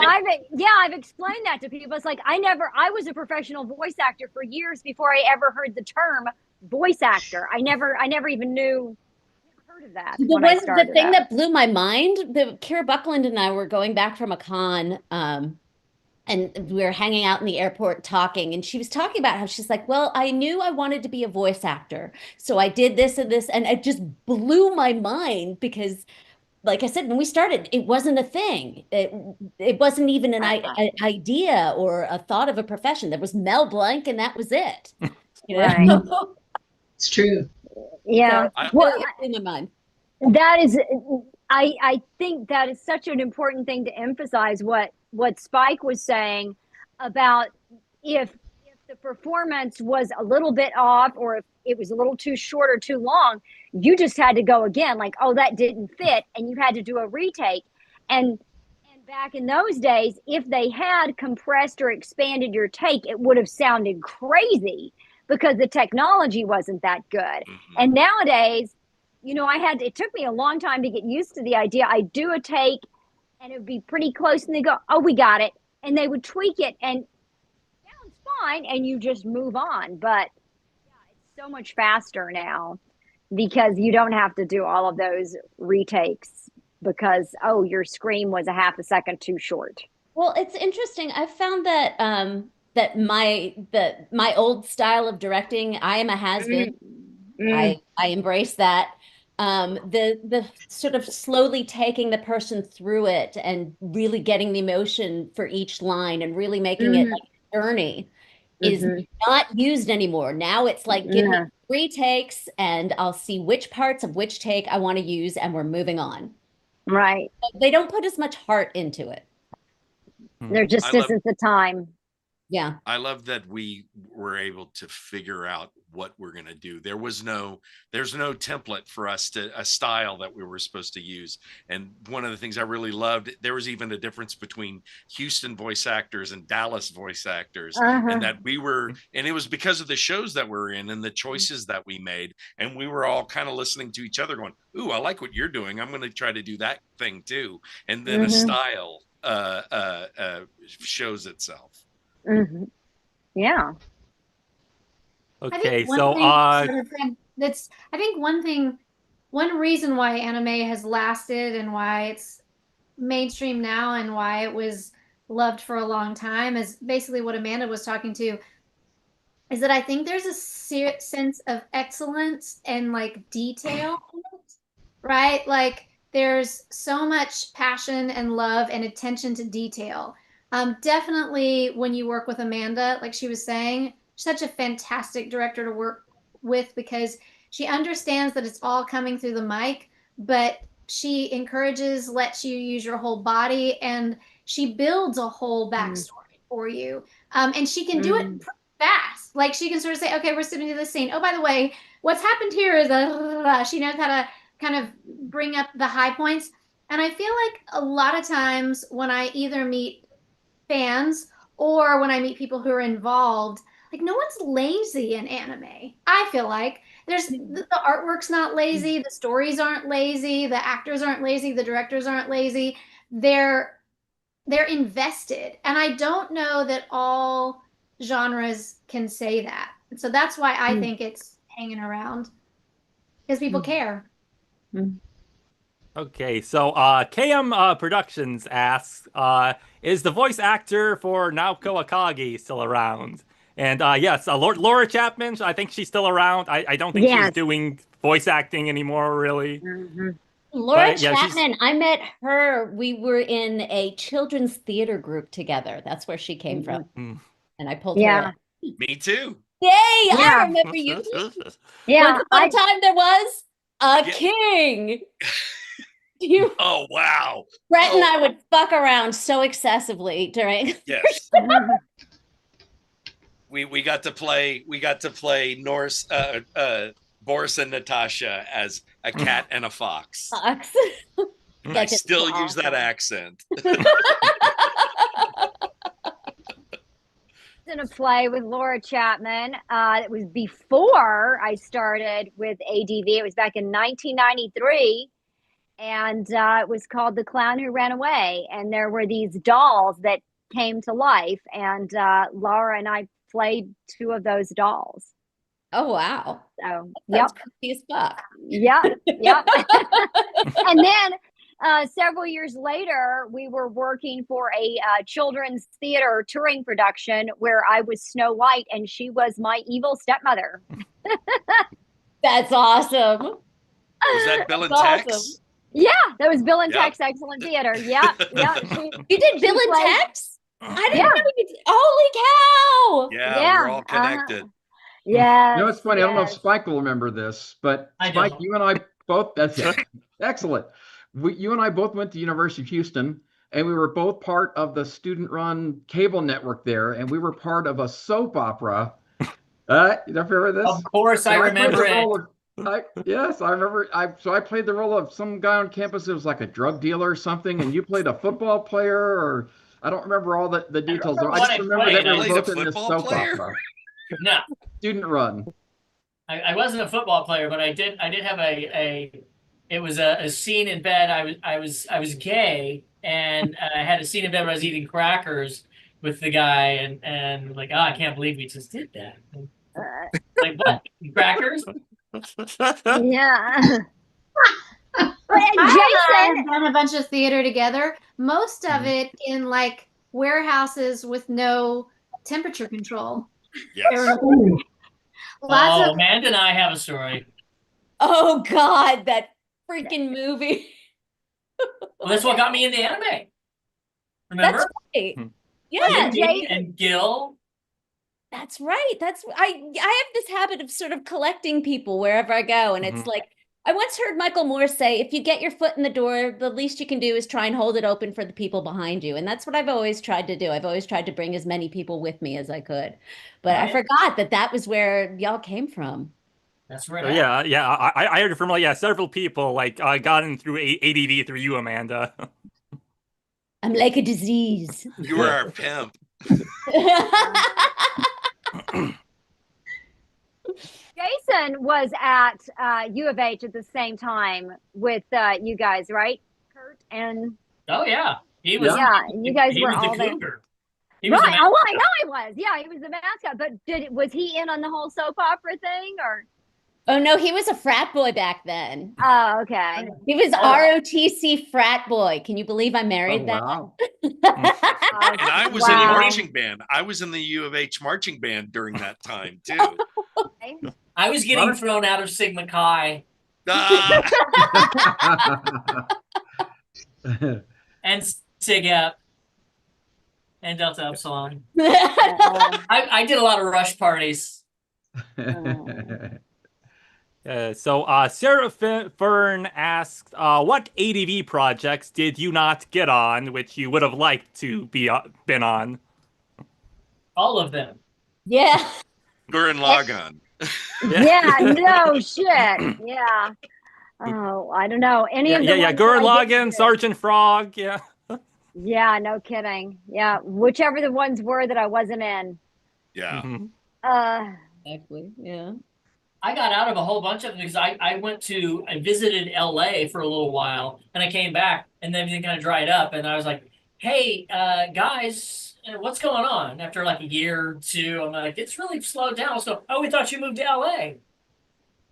Yeah. Yeah. Even though we didn't have the internet, we had a phone. Yeah. Yeah.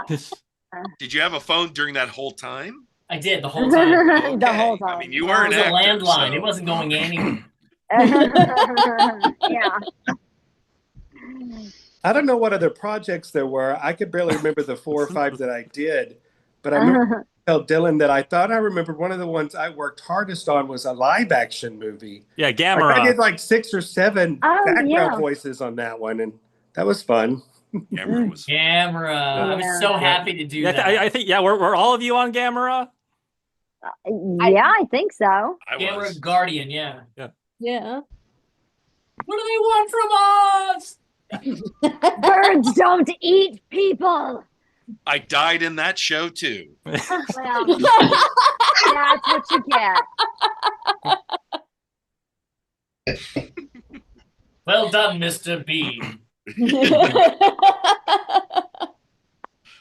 Hey, so Kicking Keno asks, do you think Evangelion is done, or do you think there will be more content in the future? I don't know, but Oh, I'll be you here. beat the crap out of that dead horse. Are Yeah. you kidding? They just did what's it called? A collaboration with McDonald's. Mm. Yeah, that's right. I Happy mean, here. it's not going to go anywhere. I I think mean, it'll end right after One Piece. Right. Mhm. Yes, that's about the right In fact, timeline. I did a mock short called McEvangelion. Yes, On YouTube. Check it Oh, out. for Right. sure. it was very awesome. good. It was. As I long as just there's a can't. fan base out there, they definitely not going to do. They're going to continue to try to do something with it, I would think. For sure. I Mhm, mean, yeah. it's a cash cow. There's no way. I mean, Mhm. Ano may be done with it, but yeah, it's not over. Mhm. There's going to be more. I don't believe that it's Yeah. just Yeah. From the rumors I've heard, like apparently there's a new Ava thing being made. We'll see if anything comes of that. Yeah. I hope We that are there's not the people with the inside knowledge. Yeah. No. I hope there's a Ava versus Pacific Rim movie. That's what I'm hoping. Ooh, Yes, there yeah, you go. definitely. It was funny when I saw Pacific Rim. Initially, I was pissed. I was like, "You're ripping off Evangelion," and that scene was right out of Ava, and then Lorraine Reyes was like, it was sort of like an homage." I'm like, "Oh, we're cool then. okay, We're okay, cool. good job. Oh, thank you. Well done, Yeah. Well done. Carry on. carry on, well done." Yeah. Okay. Tenchu Toad asks, question for all. Would you please recite your favorite line? What are you, stupid? Cool, cool, cool. Yeah. Does a bus run Okay. through here? Yeah, two. Mm. If I'm ordered to, I will do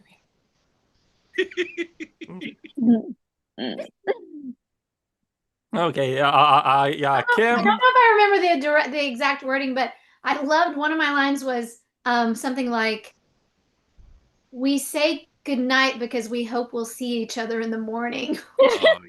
Yeah. So intense, right? Yeah. If we don't die, I mean. Yeah, yeah.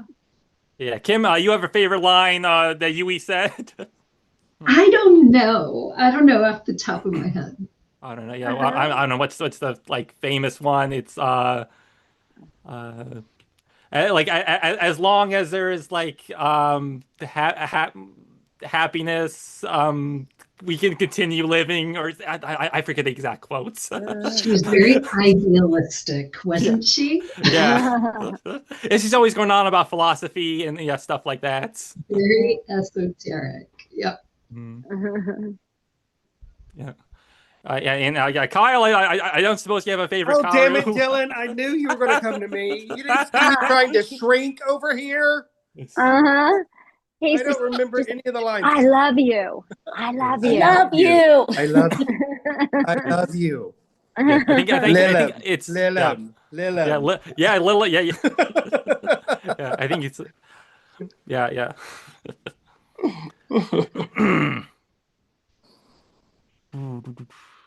I think this came about right around the right time, because I think if you waited any longer, my memory would have completely been gone about it. Tomorrow, it's out. Yeah. Yeah. Mm-hmm. Okay, I guess Brilliant Venture asks, Tiffany, your thoughts on Anima. Did you enjoy it, and did you have fun recording the audiobook and interchanging your fellow ADV cast members' voices? Was it challenging? Well, that is so far the only audiobook series that I've done was Neon Genesis Evangelion Anima, which is a really long thing to have to say at the start of every single chapter. I really, really did enjoy it. I love the storyline, and I think it would be great to be animated as a series. I think there is so much material in there that would be a really great series. And yeah, I didn't really try to do like a full-on impression of everyone when I was doing it. But for sure, when I got to the Asuka lines, like, oh, I got this. But I'd kind of have to remember as I was reading it, and especially like there were 5 Rays. So I have to remember, Ray Sunk and Ray Twa and whatever, all the different Rays and what they sounded like. And oh my gosh, that was crazy. Yeah. But yeah, reading again, I'm not trying to do like a full-on impression of Spike or Kurt or anybody like that, but just giving it just a little bit of that kind of flavor. But I enjoyed it very much. It was challenging, but I really did like it, and I hope that will be the next Davis series, because I think it would be great. It'd be a lot of fun to do. Yeah, a lot of fun. Like it gives you a lot of work to do because there's a lot of material. Yeah, I'm going to be doing the Neon Genesis Evangelion Enema series. So I want all y'all to be there. Is that live stream? Absolutely. There's also a pop-up book and a scratch and sniff. Watch Shinji purge. That's right. Oh my God. Oh, look, he's on fire again. Okay, David's from Kyushu asks, I want to hear the warehouse story. I forget who brought that up. Okay. So I was, you know what, Amanda, I was just telling Declan the other day about this film shoot. It was called Imposters. Nobody saw it. Yeah. And it was done in Houston in the middle of the summer. And we shot scenes in a warehouse, with no AC, nothing. And poor Amanda is allergic to a lot of things. And so basically she was eating like bland baked potatoes. Baked potatoes. Awful. And it was so hot that between takes, we had to strip down to our skivvies, and there was a blanket and a fan that was like 5 feet tall. Turn that on. We'd all lay there going, Jesus, why am I doing this for free?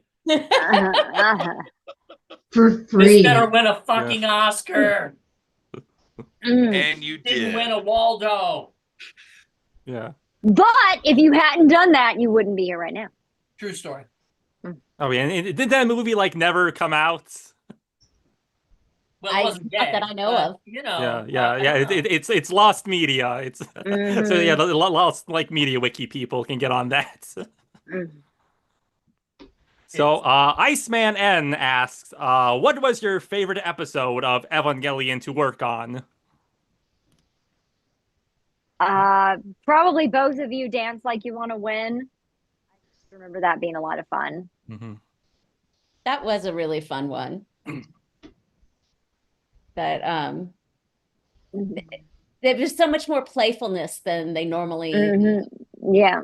I mean, it had been so angst-ridden up until then, and then all of a sudden there's this and then two kids learning to get together. Yeah, those are like the a middle breath of fresh episodes air. when like Asuka shows up. It gets more lighthearted For a while. For a while. Yeah. Then Toji dies or almost dies. And Yeah. Well, there's always the hospital scene. It was good for Some you. of my best work. Thank you, Amanda, for that. I wish we could have used the outtake. The outtake that you did was Oh yeah, bark like a dog for me. The weirdness never ends. So I'm gonna have to go with that one. Told that story 100 times at conventions. So.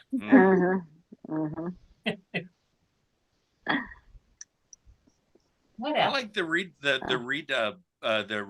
third one, or the first one that we did. I liked it just because I got to see Toji like go somewhere different and grow up and be successful and get married and have a kid. I mean, that was just like, oh, look at him. I'm so happy for him. Nice to Okay, a Brilliant Adventure posted a Yui quote, as long as the sun, the moon, and the earth exist, everything will be all right. That's right, love. Unless Shinji gets a chance. I just want to help. Yeah, we've had enough of your helping, Shinji. It still rings in my head working on the rebuild stuff at Funimation with McFarland, and God damn it, Shinji, stop helping! Great. I don't remember this, but Mark Rodriguez says, isn't Spike the old guy from Golden Boy that asked about the bus? Or I was in that scene with I want to live in America. Yeah.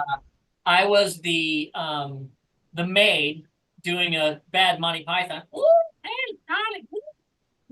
And then I was the guy who was the political speaker on the car. Vote for what's his name? He'll bake you bread. He doesn't urinate through his skin like a shark. Weird shit. I remember that. The old one. I may have been the old guy too. We went, just say something, and that was all Spike. That was. Don't tell me to do that. So many people have learned that across the world. Hello, Hollywood. You want to hear something about butter? Listen. The Kilted Scouter asks, who would you like to see play your character if they made a live action, Ava? The Kilted Scouter. Yes. Yeah. That's who I want to see. Yep. Jenna Ortega as Ray.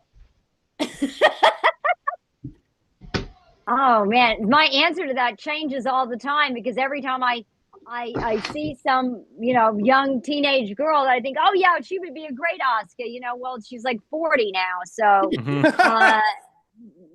I don't know. No one right now that I can think of. I'm sorry. Pick a Disney clone for Shinji. Yeah. I don't know. Yeah. One of them to take out of the tubes. Perfect.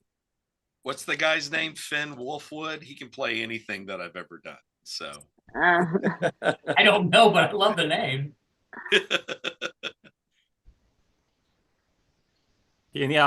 Kimberly, who would play Hikari in live action? Little Hikari or big Hikari? Whichever one you have an answer for. I don't know. We as actors aren't in the business of recasting ourselves, right? Yeah, you play Hikari in live action. Like, Say what? it, Kim. Say it. Yeah. You. Right. Yeah. With some very good lighting. I come back to me on that one. Okay. Oh, I'm going to change my answer to Pedro Pascal. Yeah. Yes, he can do anything. He's in everything. He plays Yeah. everything, Space doesn't Daddy. he? He plays Yeah. everything. I think he could do that. All hail Okay, Space yeah. Daddy. I say Yeah, Pedro yeah. Pascal as Oscar? I mean, because why not? He'll do And he'd anything. do it just like from the SNL, oh my God. I think maybe somebody from the cast of Stranger Things could play Kensuke. I'm not sure which one, but they had a really good cast. Yeah. I think Maxwell Wilson asks, what happened to Carol Emerson, the original Hikari? I did try reaching out to her. I found her nephew on Facebook, and Wow. I asked him about her, but I don't think she was like really interested. I think she like moved on from Evangelion. Yeah, she moved somewhere. I don't even remember where, but yeah, sometime in the late 90s. I don't know. She just, yeah, I don't know. She moved someplace. Yeah. Mm-hmm. Yeah, I think she's back in Texas now. If she did move. Yeah. She was in a bunch of those early shows. I mean, yeah, she got hired. Yeah, she was in on Guy Double Target. Yeah, she got hired to work on Guy Double Target in that very first show that we did. I think her character's name was Mina. She had blue hair, weird stuff that I remember from 30 years ago. But yeah, I don't know what happened to Carol. Yeah. Dylan, I love that you had contacted the original two Tojis, and then all the Tojis, you got a hold of all of them. Like, thank you. But of course, if I ever meet them, I'll be like, hey, man. Yeah, thanks. Sorry. It was Yeah, well, yeah. I contacted Joe, but I could not find a second Toji, Michael O'Connor. Like I have like no idea what happened to him. Like he's the only person from the original dub I was not able like to find at all. Like he's disappeared. Well, the name is a little bit common. I mean, Michael O'Connor. Yeah. When you Google it, you just get a bunch of like results for like thousands of people. Like, even narrowing it down, like Michael O'Connor actor, Michael O'Connor Texas. It doesn't really help. And like he only did like that like one Evangelion volume and a volume of Blue Seed, and then he like moved to England. Oh wow. Okay. So like. Well, seeing your documentary and Joe Pisano, I'd never met Joe Pisano before. I couldn't have picked him out of a lineup. I did not go to U of H, so I'd never met what he did. Yeah, that's how I met Joe, is through I did this improv group with Chris Ayres. And Joe was in it, and then and Allison was in that. And Allison was in that too. Yes, that's how I met Allison too. Okay, wait, Amanda. So that was the night I think I actually first met you at Chapultepec when you guys did a show. Yes. I was just driving by there when I went to Comic Palooza. I was appearing there a few weeks back, and we drove by. And Wow. So we met before we met. Kinda. It was like, oh man. Yeah. I think that was it. Jason was there too, right? No, I don't think so. I remember Chris being there, and you were there, and some other folks. Chad and Allison and Liz Stewart. Anyway, I can't believe I remembered all of those names. I know. I can't believe I remembered Joe. I'm really right now. Yeah, congrats. Now ask me what I had for breakfast. Okay, what did you have for breakfast, Amanda?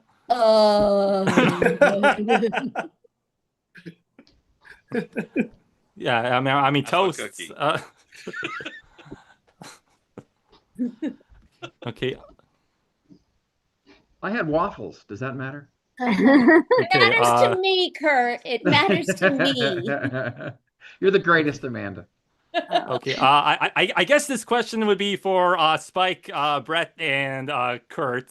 Julio Torres asks, what do you think about the Toji, Kensuke, and Shinji friendship dynamic? The three stooges, as they call them. That's Julio. He's an absolute doll. Yes. I know Julio. How are you all? Hi, Julio. I thought it was great. I think he had some friends. I thought it was nice. Mm-hmm. that We all didn't need try to friends. kill him or have to be killed by him. But wait, Yep. didn't one of them have to? No, I don't- Yeah. I always felt that Toji's first reaction to Shinji was absolutely appropriate. I always thought that's like, yeah. If this guy almost killed my sister, yes, I would punch him. That definitely, and yes, it would make total sense that we become friends later. So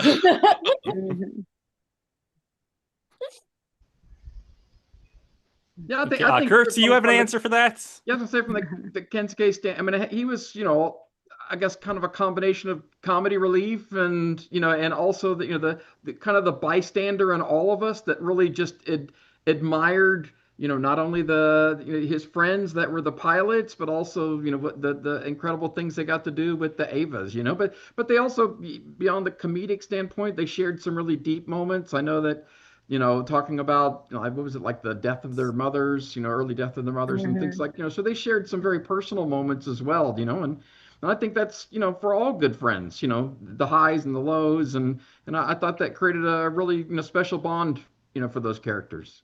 Yeah. Not a single student in that school has a mother. They're all dead. Curious Mystery coincidence, I syndrome. think. Yeah. Very, very weird coincidence. Yeah. Okay. So, someone should talk to Ano about that. Mark Rodriguez asked, did ADV have a hand into why we had so many anime stores here in the Houston area in the 90s and aughts, or was that just a coincidence? I really think it was a coincidence. Yeah, I know. I mean, I know Mark, and I know he's talking about specifically like Planet Anime, which was a great store. And I used to go there all the time in West University. I don't know. I just think it was a coincidence. I mean, Houston's a major city, and ADV was there, and there was no connection between them. I just think it was a coincidence. Only that But John had his store first.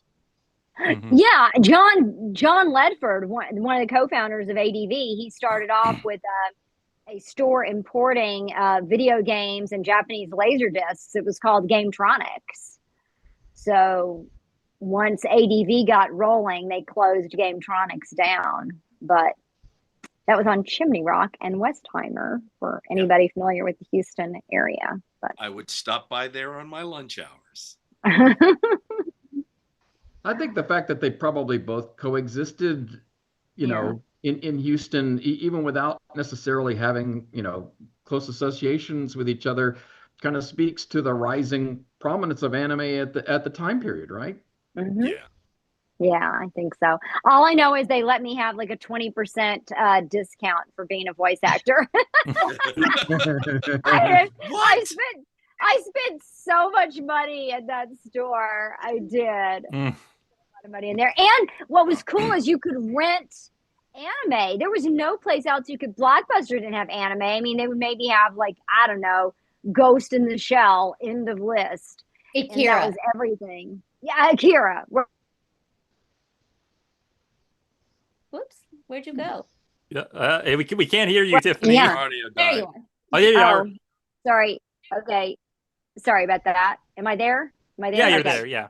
Okay. Yeah, there was very limited, but yes, I would go in there and I would rent anime VHS tapes. Kim was my own VHS player that I owned at the time because DVD wasn't invented yet. I had some of the original scripts from working on the episodes and from the movies. I had my original directing script, and we just lost our house in the Eaton fire. And Jason and I would always joke that we were like, "Hey, if nothing else, we can always sell the script for $1 million. Some fanboy wants it," and now it's gone. Oh. That only makes mine more valuable then. Yeah. I saved all my scripts. Saved all my scripts too. And it's like, who all saved their scripts? Yeah. Do you have yours, Kurt? I do, of course. Yeah, Yes. yeah, me too. I have my scripts. Yeah. I think I asked everyone if they saved their scripts. I think it was you guys, and I think Sue also said she saved her scripts. I have one That script. wouldn't let me save mine. One. for? I have one, and you'll appreciate this, Amanda and Tiffany. Yeah. It's when I auditioned for Netflix as Gendo. I auditioned for Gendo. Wow. And I told him, I said, you have no idea how many heads will explode if you cast me as Gendo. Oh, they should have fucking done that. They That would have been awesome. There's a lot of things they should have done. Well, I know. I mean, even if they didn't cast any of us in our parts for anything, like the one thing that they absolutely should have done is they should have cast you as Gendo, because that would have been awesome. epic. Oh yes, that would have been so I said, good. do you understand? No, they did not. They didn't get it. No. This would be Get how amazing Daddy it would've been. issues, Daddy.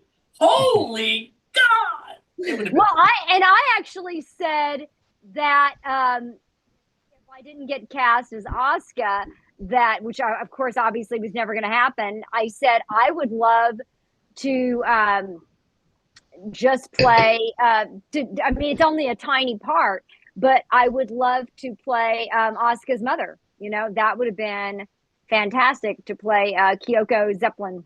So are you? I would have loved that, but no, it didn't happen. Yeah. We're not going to go down that road. Yeah. I have to wrap it up. Actually, I have to. Oh yeah. It's almost time to wrap it up. So we'll end it on one more question, and I think this is a good one to end on. So Blacklist CAW asked, what would you say to those just getting into watching Ava who have never seen it before? How do you feel about seatbelts? Expect the unexpected. Oh, that's a great question. Why should I watch it too? Like, where the hell have you been? Yeah. Oh gosh.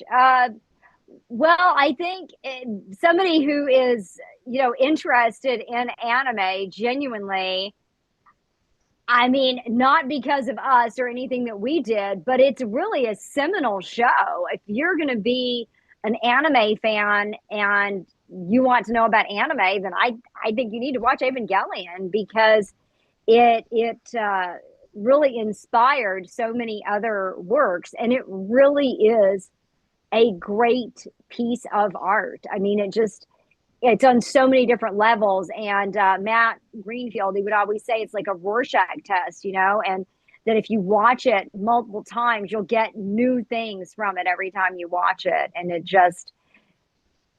has a lot that speaks to a lot of people. It touches a lot of people. It inspires, and it makes people feel things. So.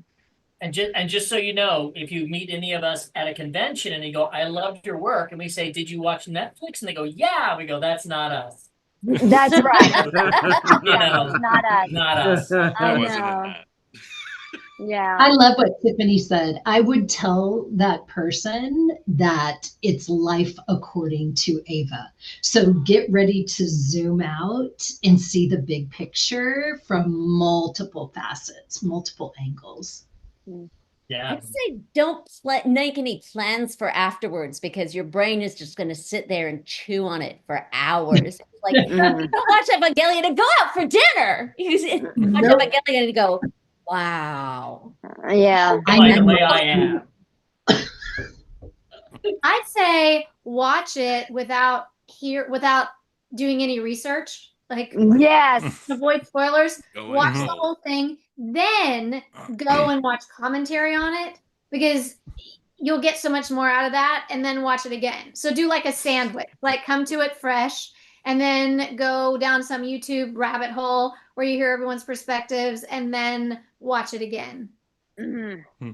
Perfect. Yeah, that's what I say. Like, watch the original series, like probably at least twice before getting into the rebuilds. Because with the rebuilds, they sort of expect you to be familiar with the series. Right. I would also say go back in a time machine and watch it on VHS. Or go to that Airbnb. Find that Airbnb. That's right. Lake George, New York. Wait, go It's a back winner. and kill Hitler first. Then go get the VHS Then player. get the VHS machine.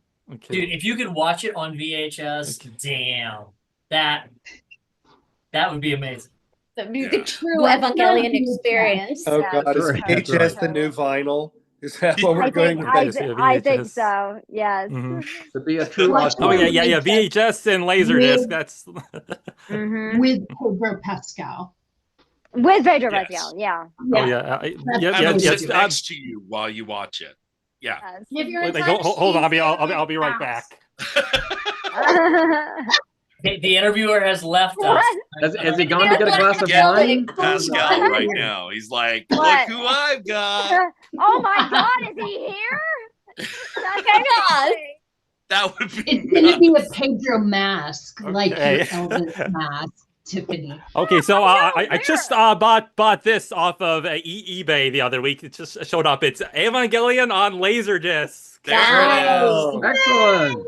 Whoa. Very That nice. is amazing. So go back in time, get a Laserdisc player, kill Hitler. Right. Yeah, And then yeah. Listen, These are like very rare. These rarely show up. I've got to write this down. So, Yeah, so yeah, that's my like I'll send you retirement a fund note. there. I'll send you a note. okay. Is Betamax a Kill. possibility? Hitler. Mm. Pedro Pascal. Just Oh, have him do Okay. all the roles. Yep. okay. Pedro Pascal is Misato. Pedro Pascal. Yes. Pedro Pascal is It's Fusky. coming. I can feel And it. Pen. Amanda. And Pen Pen There will never be Okay. another Grim Pen. Yeah, Is you. I know. All right, kids. Okay. Yeah, Okay. I think Thanks we'll for end it watching, there. everybody. Last picture. Okay. I just want to tell everybody on this stream, I love you so much. I miss you. I'm really glad that we got to do this. I'm glad I got to see your sweet faces. Oh. Yay. Same here, everybody. Tiffany, I'm gonna Oh see, yeah. Tiffany, I'm gonna see you in Minneapolis, right? Yes, yes. Come and see me and Spike in Minneapolis. It's in October. Y'all tell them to bring Anime me in Fusion. too. I know, right? Yeah. Yes. Tell them to bring in everybody. Yes, absolutely. How else will Yeah. it be Anime Fusion? There'll be Actually, us. There'll be Pedro I told Pascal. them. Yeah.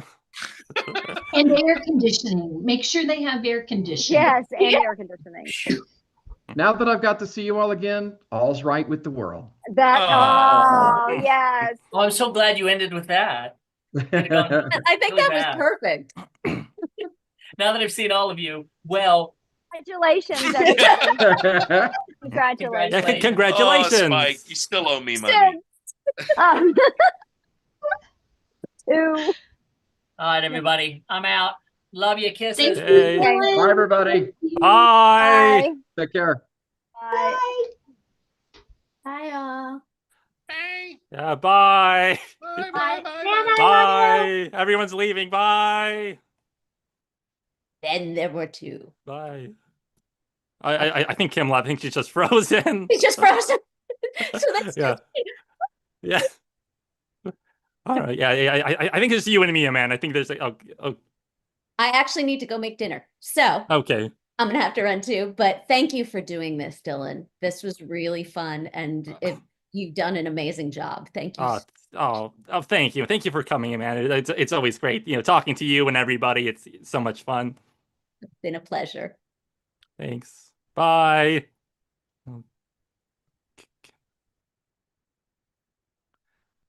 Okay, so that's the end of the stream, everybody. I hope you had a great time. Sorry I didn't get to everyone's questions. We had limited time, and but hopefully, I have more projects. I'm working on 2 more Bringing Anime to America projects. I think I'll keep them secrets for now, but be subscribed and be on the lookout for those. Take care, everyone.